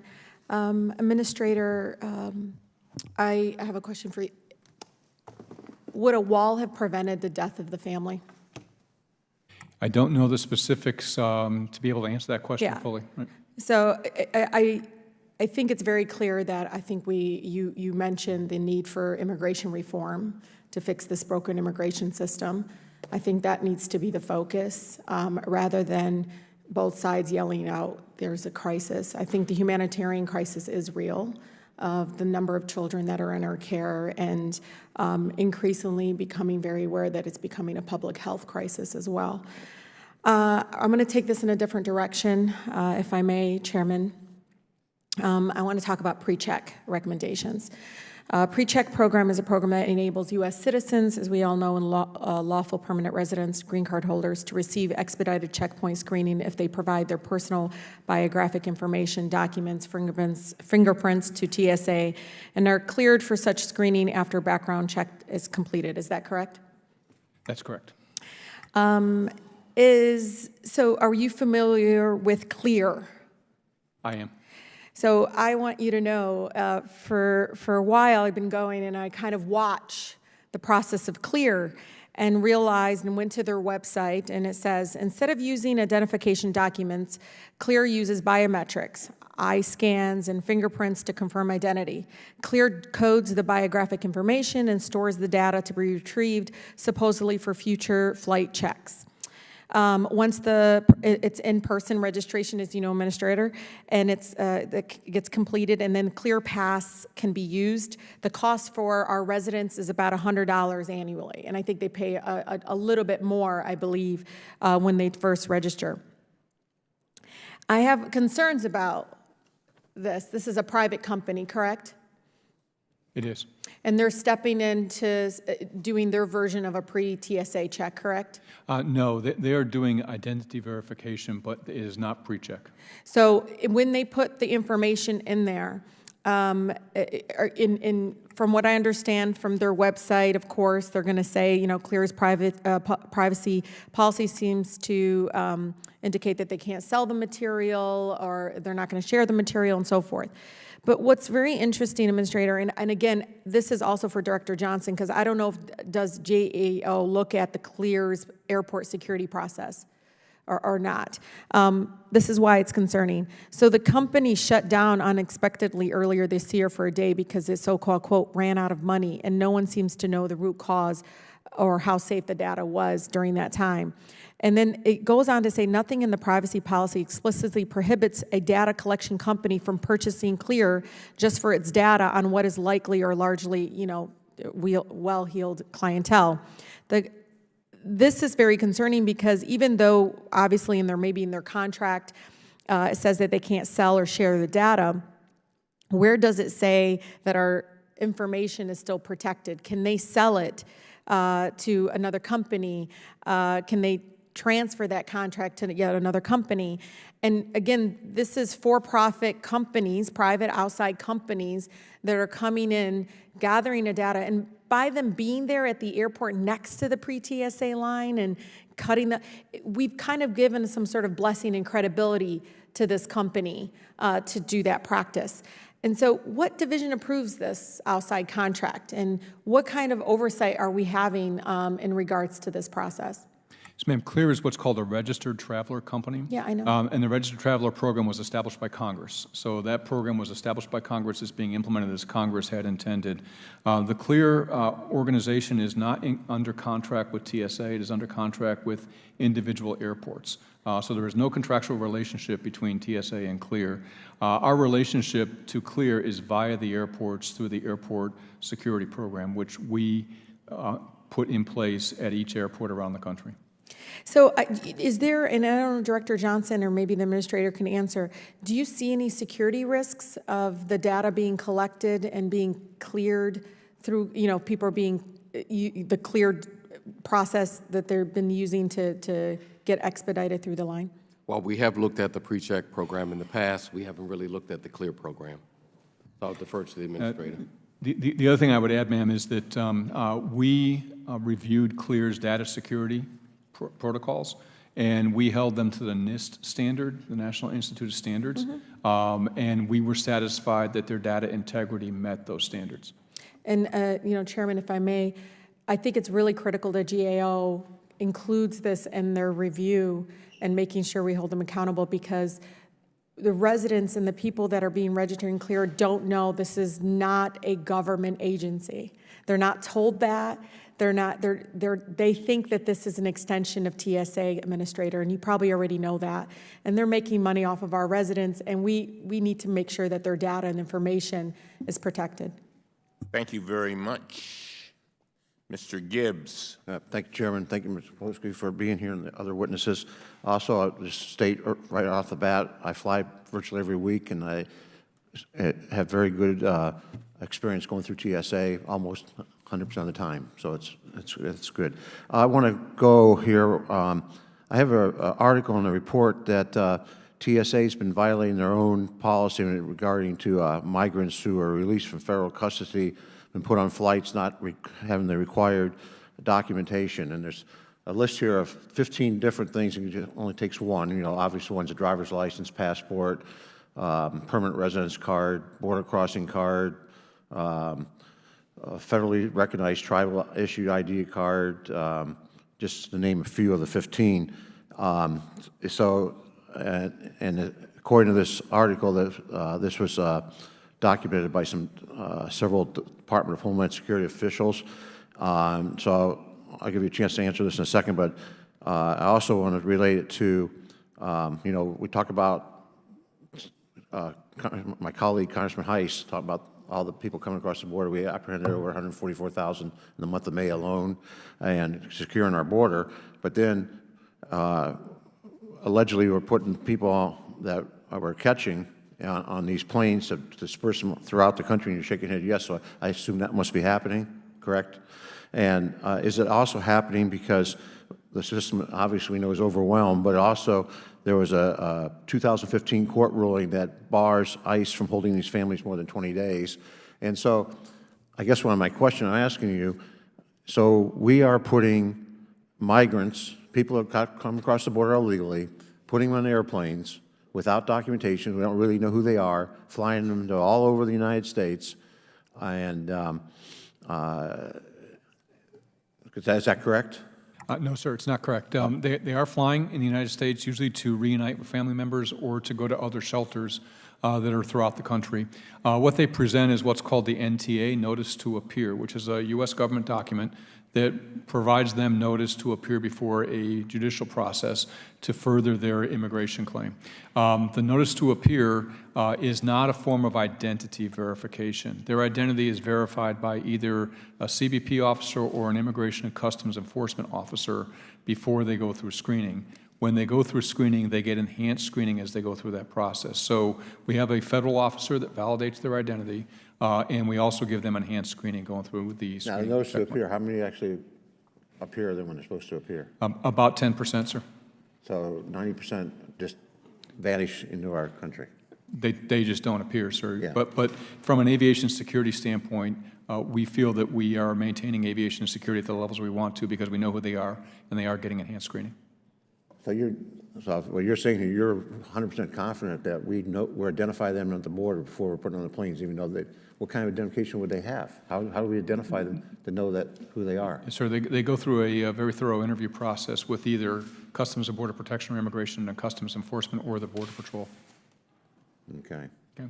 It's just a little concerning because we're asking all Americans to have one of these documentation get on planes, and that's one thing that raises a little bit of red flag. But I feel better that you're saying that. But I think it is we're kind of abiding people to get throughout the country on taxpayer expense, I assume. Yes, sir. Generally, it would be funded by the U.S. government. Yeah. Sometimes it's funded by a not-for-profit organization, though, as well. And 90% of them don't show up for their court date.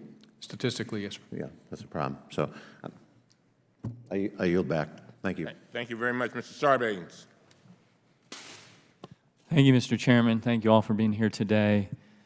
I wanted to ask Mr. Johnson, Mr. Baumgartner, I guess, primarily, if you could maybe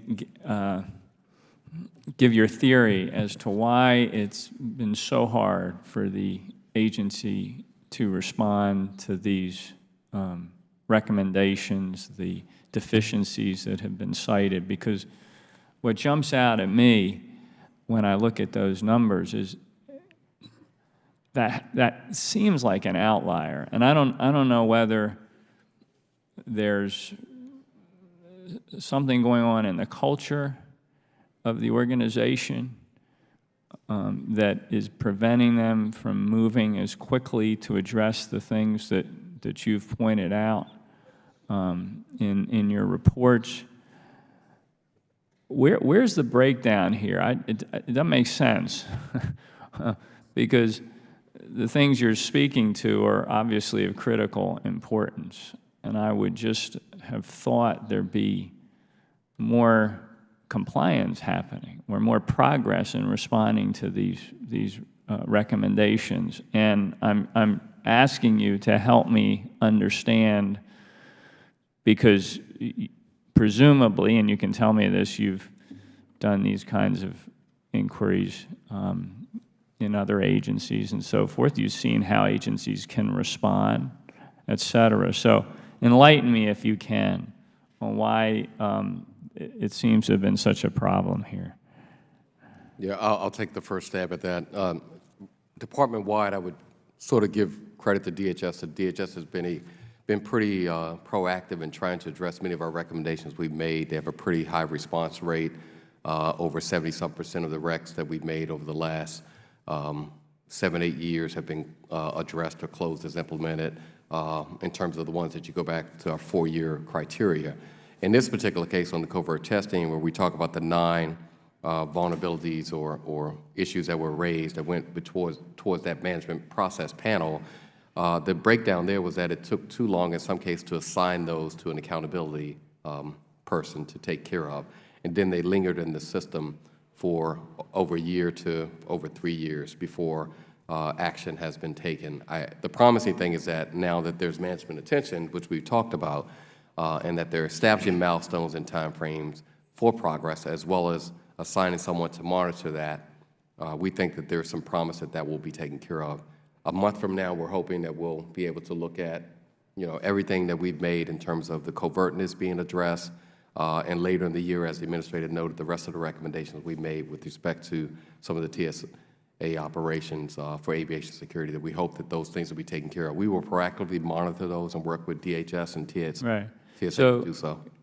You're describing what happened, i.e., there was not an assignment, and then once there was an assignment, things lingered, et cetera.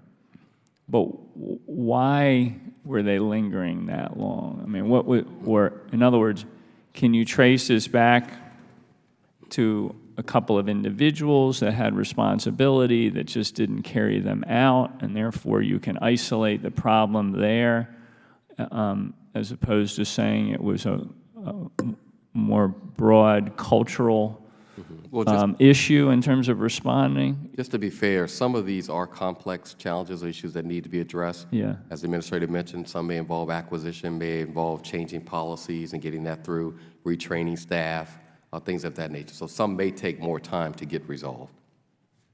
Any other comments? Yes, sir. I'd just like to provide some perspective. Since 2014, we've published 24 reports with 136 recommendations. 39 of those recommendations remain open. And like Mr. Johnson indicated, some of the reasons for why those recommendations remain open include the technology does take time to develop. There's been some changes in priorities and in leadership, and oftentimes we're pretty tough graders. We want to make sure there's sufficient. Well, let me actually stop you there, because I was just about to ask you for a grade. So giving it all the fair context that you're suggesting here, in terms of the department's response on these particular sets of issues, would you give, or the agency's response, what's the grade that each of you would give to them right now? I understand that, I'm asking you to maybe quantify unfairly, but give them a grade. Well, I mean, the appropriate thing for me to say is that we look at our recommendations, look for them to be closed within a 4-year window. And as I mentioned earlier, the department as a whole has a pretty high rate of closure within that 4-year window, about 76% or so, one of the highest among many of the departments that are out there. TSA similarly, I think we made roughly about 85 recommendations or so, and close to half of those have been already closed. So I think there's more progress that TSA can make, and there's promising news that the administrator now is paying attention to that and look forward to sustained management attention to make sure things get done. Okay.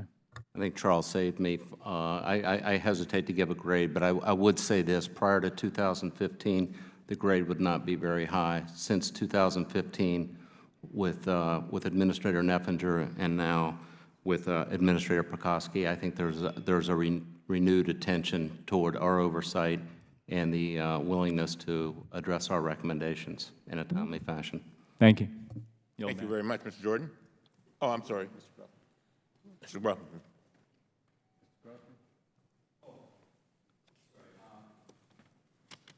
Mr. Kokoski, thank you for being here. I think the crisis at the border is maybe the greatest crisis this country's faced, I suppose, since World War II, as far as, risk to our future as a republic. How many folks do you have on the border right now? How many folks does TSA have on the border? Sir, as of today, 349. How many open Border Patrol positions do we have? I don't have that number off the top of my head, but we do have a good number of open border. A while back, they told me it was 2,000. Is that That sounds about right. Okay. There are a variety of things we're trying to do. A couple weeks ago, President Trump, or a week ago, cut a deal with the Mexican government. Have you seen any drop since then on the per-day people coming across the southern border? We are seeing real progress with the agreement with Mexico. They are stationing National Guard and military folks at their southern border, and we are seeing a slight drop-off. Okay. Define slight drop-off. Well, if I look at the number of people that are in custody, we were at a high of almost 20,000 people between the Border Patrol, CBP, and ICE. Today, we're somewhere in the order of 12,300. Okay. So that's good progress. And how many people we have coming across the border every day?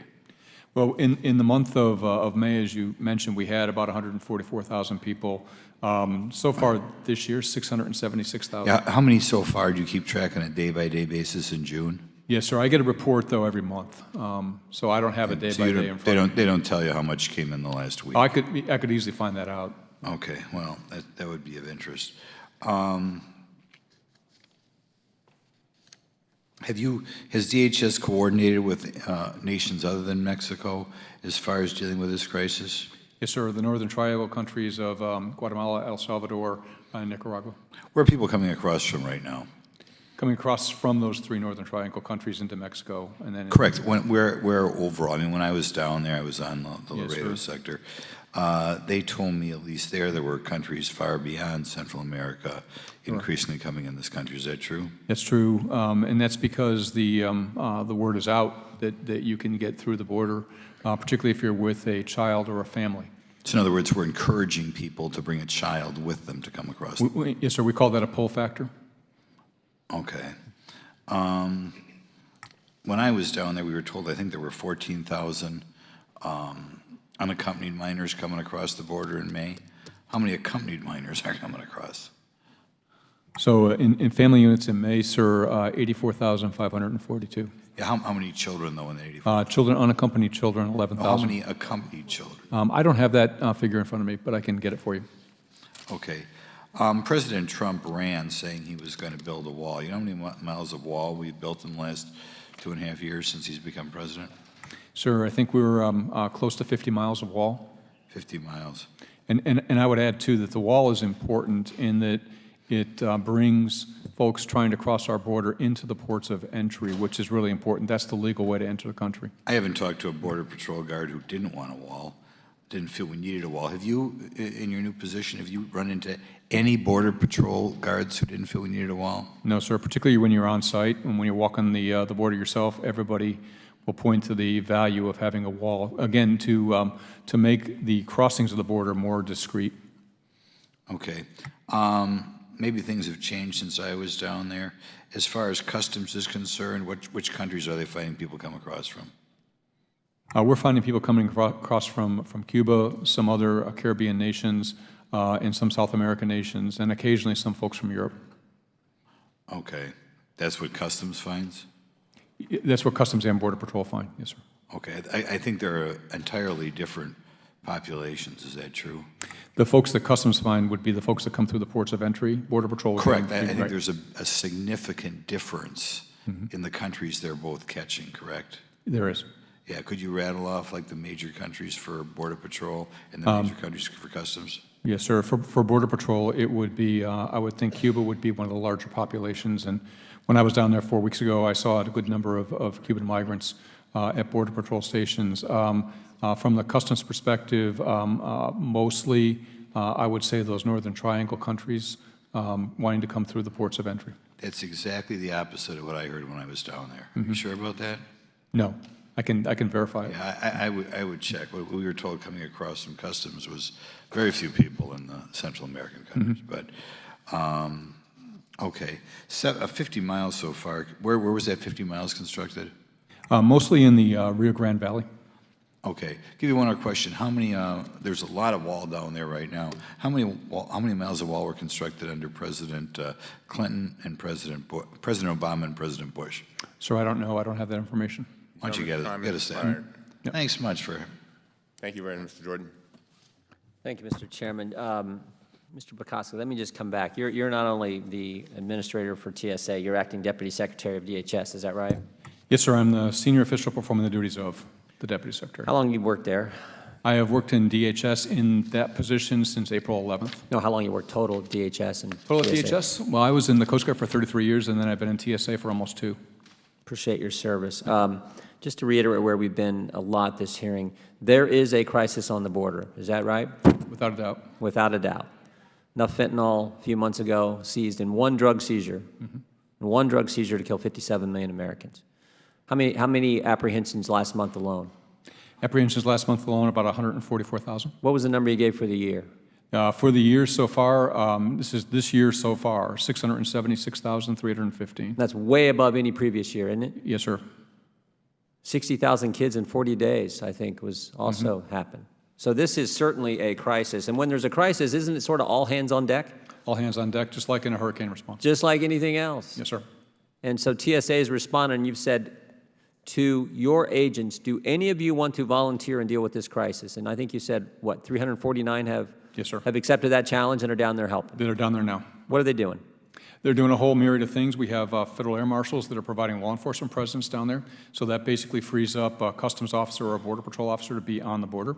We also have TSOs down there that are providing logistics support to the Border Patrol stations. This could include providing meal service, providing just general supplies to people, helping with traffic flow. And all the good work that they're doing down there, they're there because, A, there's a crisis, as we've established, but is it also because you mentioned just in the previous question that there are 2,000 openings in Border Patrol right now?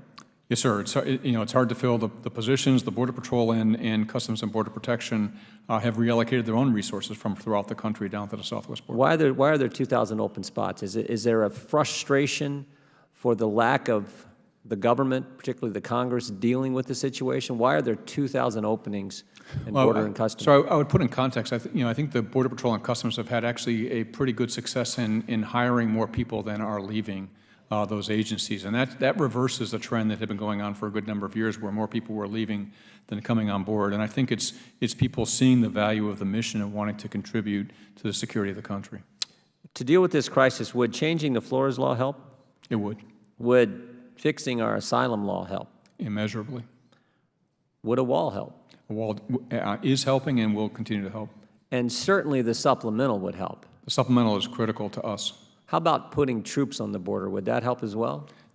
We do have significant support from the Department of Defense already in a supporter logistics role, and that's been a big, big help.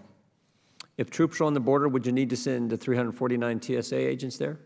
We would perhaps need to send fewer, but you would want to use troops for what troops are best used for. Yeah. Okay. Well, I just want to thank all of you for being here today. And Mr. Pekoski, I thank you for your service to our country, the good work you were doing as Administrator at TSA and Acting Deputy Secretary at DHS, and for what those 349 people are doing down on the border right now. We appreciate it. This is a crisis. The fact that the Democrats in the Congress won't bring up the supplemental is just, I don't get it. And frankly, I hope they do the supplemental right and actually address the problem and deal with the situation.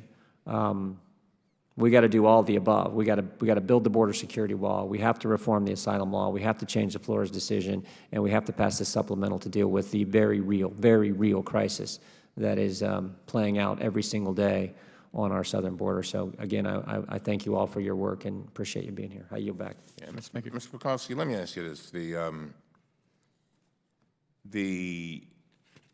do we have we have to balance all of this? Is that right? I mean, you've had a chance now to look at this thing from a TSA perspective and the Homeland Security perspective. Is that right? Yes, sir. If one plane goes down, we've got a problem. Yes, sir. But part of the balance, Mr. Chairman, is to make sure that we don't compromise our security standards, and we have not. Right. Right. And so when you look at the things that Mr. Johnson have talked about and Mr. Baumgartner, they talk about possibly catastrophic consequences and major problems. You don't see it that way? Oh, I see there's significant risk, and I appreciate their comments, and we would have the same position from TSA with our own covert testing. We are concerned about vulnerabilities and want to close them as quickly as we can. Sometimes you just can't close them as quickly as you want to. Mm-hmm. And so the folks that go down there, how does that process work? The volunteers, that is.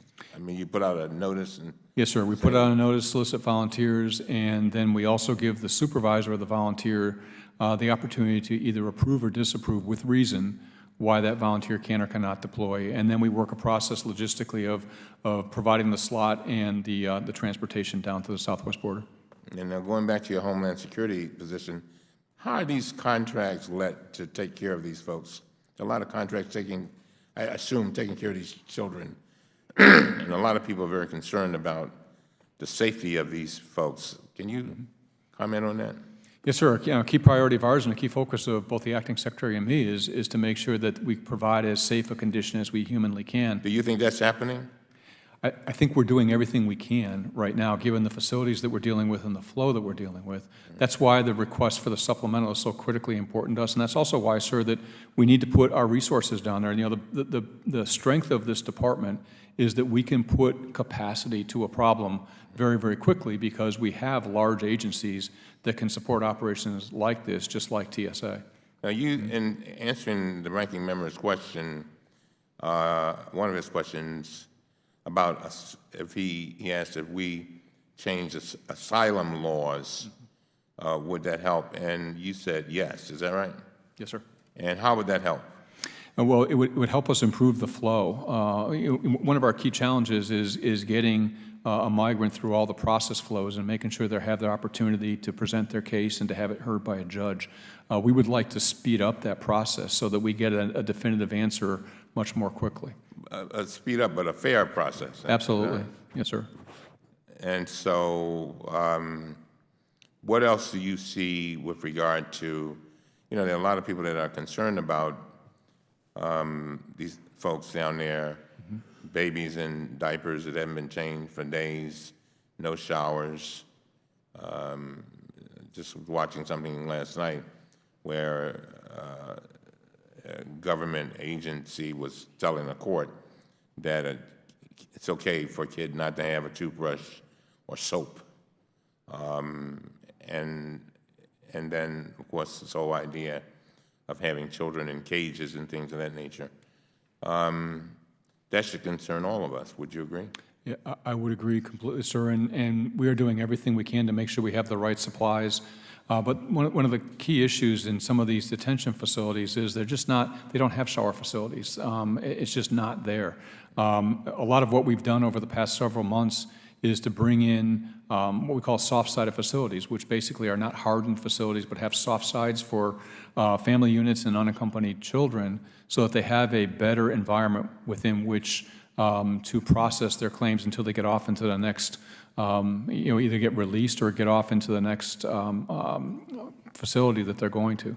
So we're very concerned about the proper treatment and care of all the migrants in our custody. And sir, I will tell you, when I was down at the border, I couldn't have been prouder of the DHS men and women who were trying their hardest to be able to provide the right level of care to all the people they had in their custody and all the volunteers that were down there. And one of the reasons that volunteers raise their hand and agree to go is because they feel that they're making a difference. And really, that's why it's so critically important, in my view, to get the funding down there so we can take care of people. This is called a humanitarian crisis on purpose. It's not a trick. It is for humanitarian purposes. And then to methodically go about the process of fixing our legal structure so that we have a more orderly crossings of our border. Throughout your testimony, you said that there's been an increase in the number of apprehensions and people trying to cross the border. I know that you all have evaluated that. What do you think that's all about? So I think it's all about opportunity. People see the opportunity in the United States and want to take advantage of it. But why now? In other words, yes, sir. You're talking about you said that. Yep. I don't want to put words in your mouth, but it sounds like you're saying that there was a significant increase. First of all, when did you start seeing that increase? We started seeing that increase, I think, at the very end of last calendar year, and then we've seen it continue to increase throughout this calendar year. And I think one of the key reasons, sir, is families and individual children know, it's well known because this is largely cartel-driven. It's well known that if you get across the border into the United States, you will most likely be released in the United States. Now, you do have a notice to appear, but those notice to appear rates are quite low. So essentially, what people are seeing is there is an opportunity because they can flow across. And again, that's why I think it's very important that we speed our process along so that we don't have to have a notice to appear. We can properly hold people in custody until they can appear, but it has to be within a reasonable amount of time. You still didn't answer my question. Why do you think it's happening now? Because I think they view the opportunity to get across and to be able to assimilate into the country. They didn't see it before? I don't think... They may have, but I do think this is largely cartel. This is a money-making enterprise for the cartels, too. Did you want to say something? Because I got several questions. I got some more, too, so whenever you get a chance. I want to ask you about the shutdown, shifting a little bit here. Mr. Bumgarner, in March of this year, you released a report entitled, quote, TSA needs to improve efforts to retain, hire, and train its transportation security officers. When the government shut down from December 2018 through January 2019, TSOs were still required to come to work, but they were not paid. Mr. Baumgartner, your report was released in March of this year. Did it evaluate the effect of the shutdown on TSA's transportation security officer workforce, and if so, what did you find? No, it did not. The field work on that job had been done. We did notice, and during the shutdown, that the number of sick outs went out. We were very concerned about that, and we were considering going in and conducting work on that when the shutdown ended. Fortunately, and I think the administrator would agree, fortunately, we were right in between spring break and right after Christmas, so the long lines weren't terribly bad at that point in time, but with the increased number of sick outs, we were concerned about traveler safety, no question. Did you want to say something, Mr.? Yes, sir. I would just clarify that while we had more officers calling out, they weren't necessarily sick outs. We had a number of officers that just couldn't get to work. They couldn't afford childcare. It was a trade-off between do I eat tonight or do I pay the money to get to work? And what we saw at the very end of the shutdown was we still had about 92, 93% of the officers coming to work every single day, which I think is remarkable given what they get paid. Did any of the TSA employees have to resort to using food stamps and food banks and other aid services to take care of their families? Yes, sir, they did, and we had a number of communities and airports around the country that brought food in to help them out. We had officers that were more senior, made more money, brought things in to help their fellow officers out. So it was a significant show of support and show of appreciation for the value that they provide by the American public. What effect did this have on the screener performance, if any? We saw no change in screener performance. In fact, I would submit, sir, that screener performance might have been higher. Because just think of this dynamic. You've got more leaders in the screener workforce actually doing screening. So you've got more seasoned folks doing screening. I think that, by and large, is always better. Additionally, when you're being positively reinforced by just about every passenger that comes through, hey, thanks for coming to work. I really appreciate what you all are doing. I know it's a difficult circumstance. That's motivational. Finally, what I saw as I traveled around to airports were officers helping officers out. It brought the organization together like I don't think we've seen before. Are there TSA employees who face long-term financial consequences because of the shutdown? I'm not aware of anybody that has long-term financial consequences. I'm not saying there aren't any folks in that category, but we did pay everyone for the, no one lost pay as a result of the shutdown. The other thing that I was able to do because of the flexibility you have provided in law is because I have a 2-year appropriation, I could use money from last fiscal year to pay people in fiscal 19, and we exercised that authority to the maximum extent we could, and really it's to the great credit of the Office of Management and Budget that helped us execute on that. So I was able to put some bonus money out there to really recognize the extraordinary circumstance that people were dealing with and to thank them for what they were doing. And how does the attrition rate for TSOs during the first half of this year compare to the rates seen in previous years, and were there any increases in attrition seen in the months after the shutdown? So we're just now looking at that data because we really had to catch up on all the personnel transactions that weren't able to be processed during the shutdown. But we are seeing a slight increase in attrition. But I don't know what that's specifically attributed to, however. As the economy gets better, our wage rates don't change commensurate with the economy's growth. Go ahead. Mr. Jordan. Thank you, Mr. Chairman. Senator Graham has proposed that you apply for asylum before you get to the border in the country you're coming from or in Mexico. Do you support Senator Graham's legislation? I do. Makes a lot of sense to me. How about this simple thing that many of us propose as well, put more judges on the border? You would support that as well? 100%. I think we need to vastly increase that cycle time. So that they can be there, and as you said earlier, you can keep families together, but keep them until there's some kind of due process and adjudication process with the judge overseeing all that and making a decision. Yes, sir. Okay. The chairman asked about the increase that we've seen. I would argue it's a couple things. One is all the incentives are there to come. You come, you do the terrible things that we talked about that we're seeing happen, where children are used as the way to get into the country knowing you're going to get released. So all the incentives are set up there for it to come. But it might also be, and I'm interested in your thoughts, that maybe the bad guys, the cartels, understand that this administration is actually serious about ultimately addressing the problem and fixing it. Could that be part of why you see the increase as well? Because they know a solution is coming. I'd love for us to get there sooner rather than later, and frankly, if we get some help from the other side, maybe we could.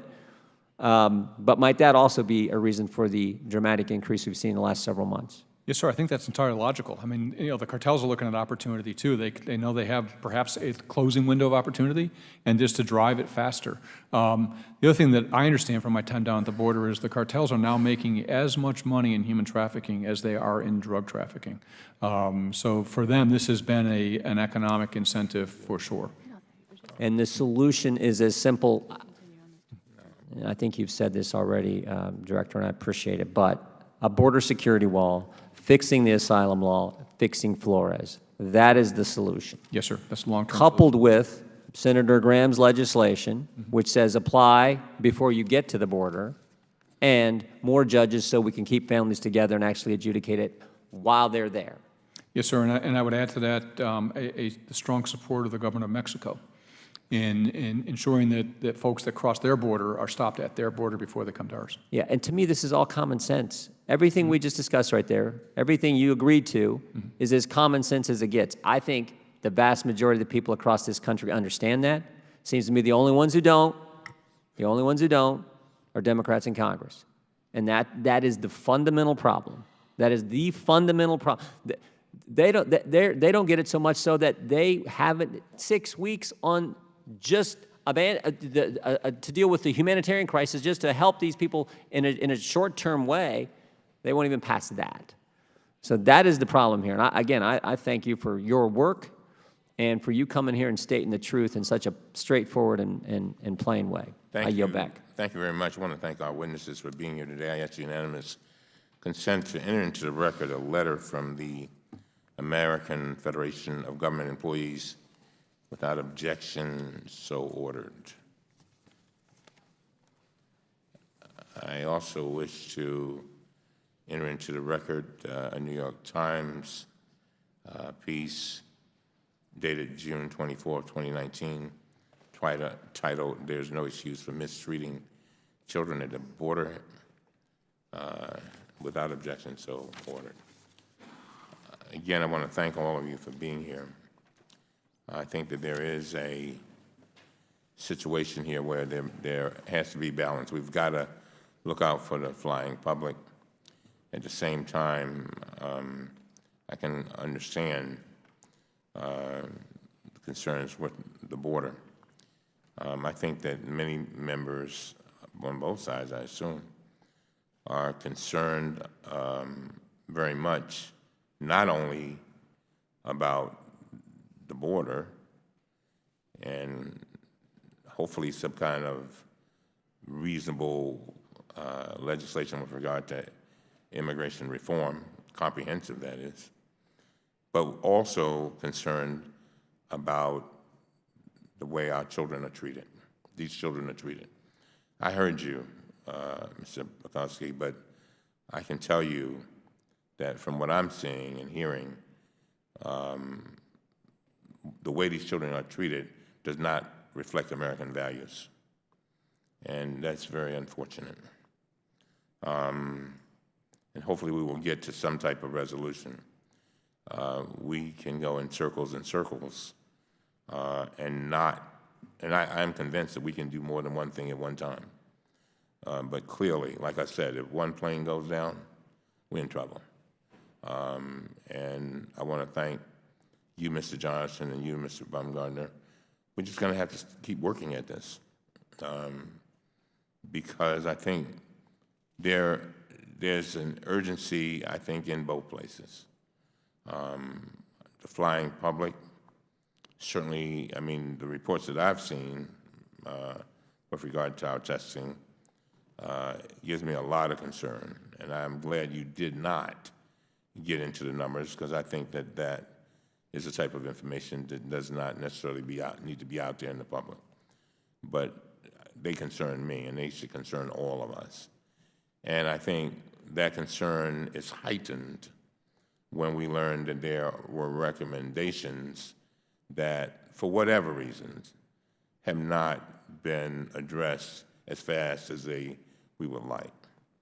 And so we'll continue to look at this issue and look at the issues that have been raised here today overall. But again, I want to thank you. And let me just say, without objection, all members will have 5 legislative days within which to submit additional written questions for the witnesses to the chair, which will be forwarded to the witnesses for their response. And I would simply ask that our witnesses promptly respond and as fast as you possibly can. With that, this hearing is adjourned.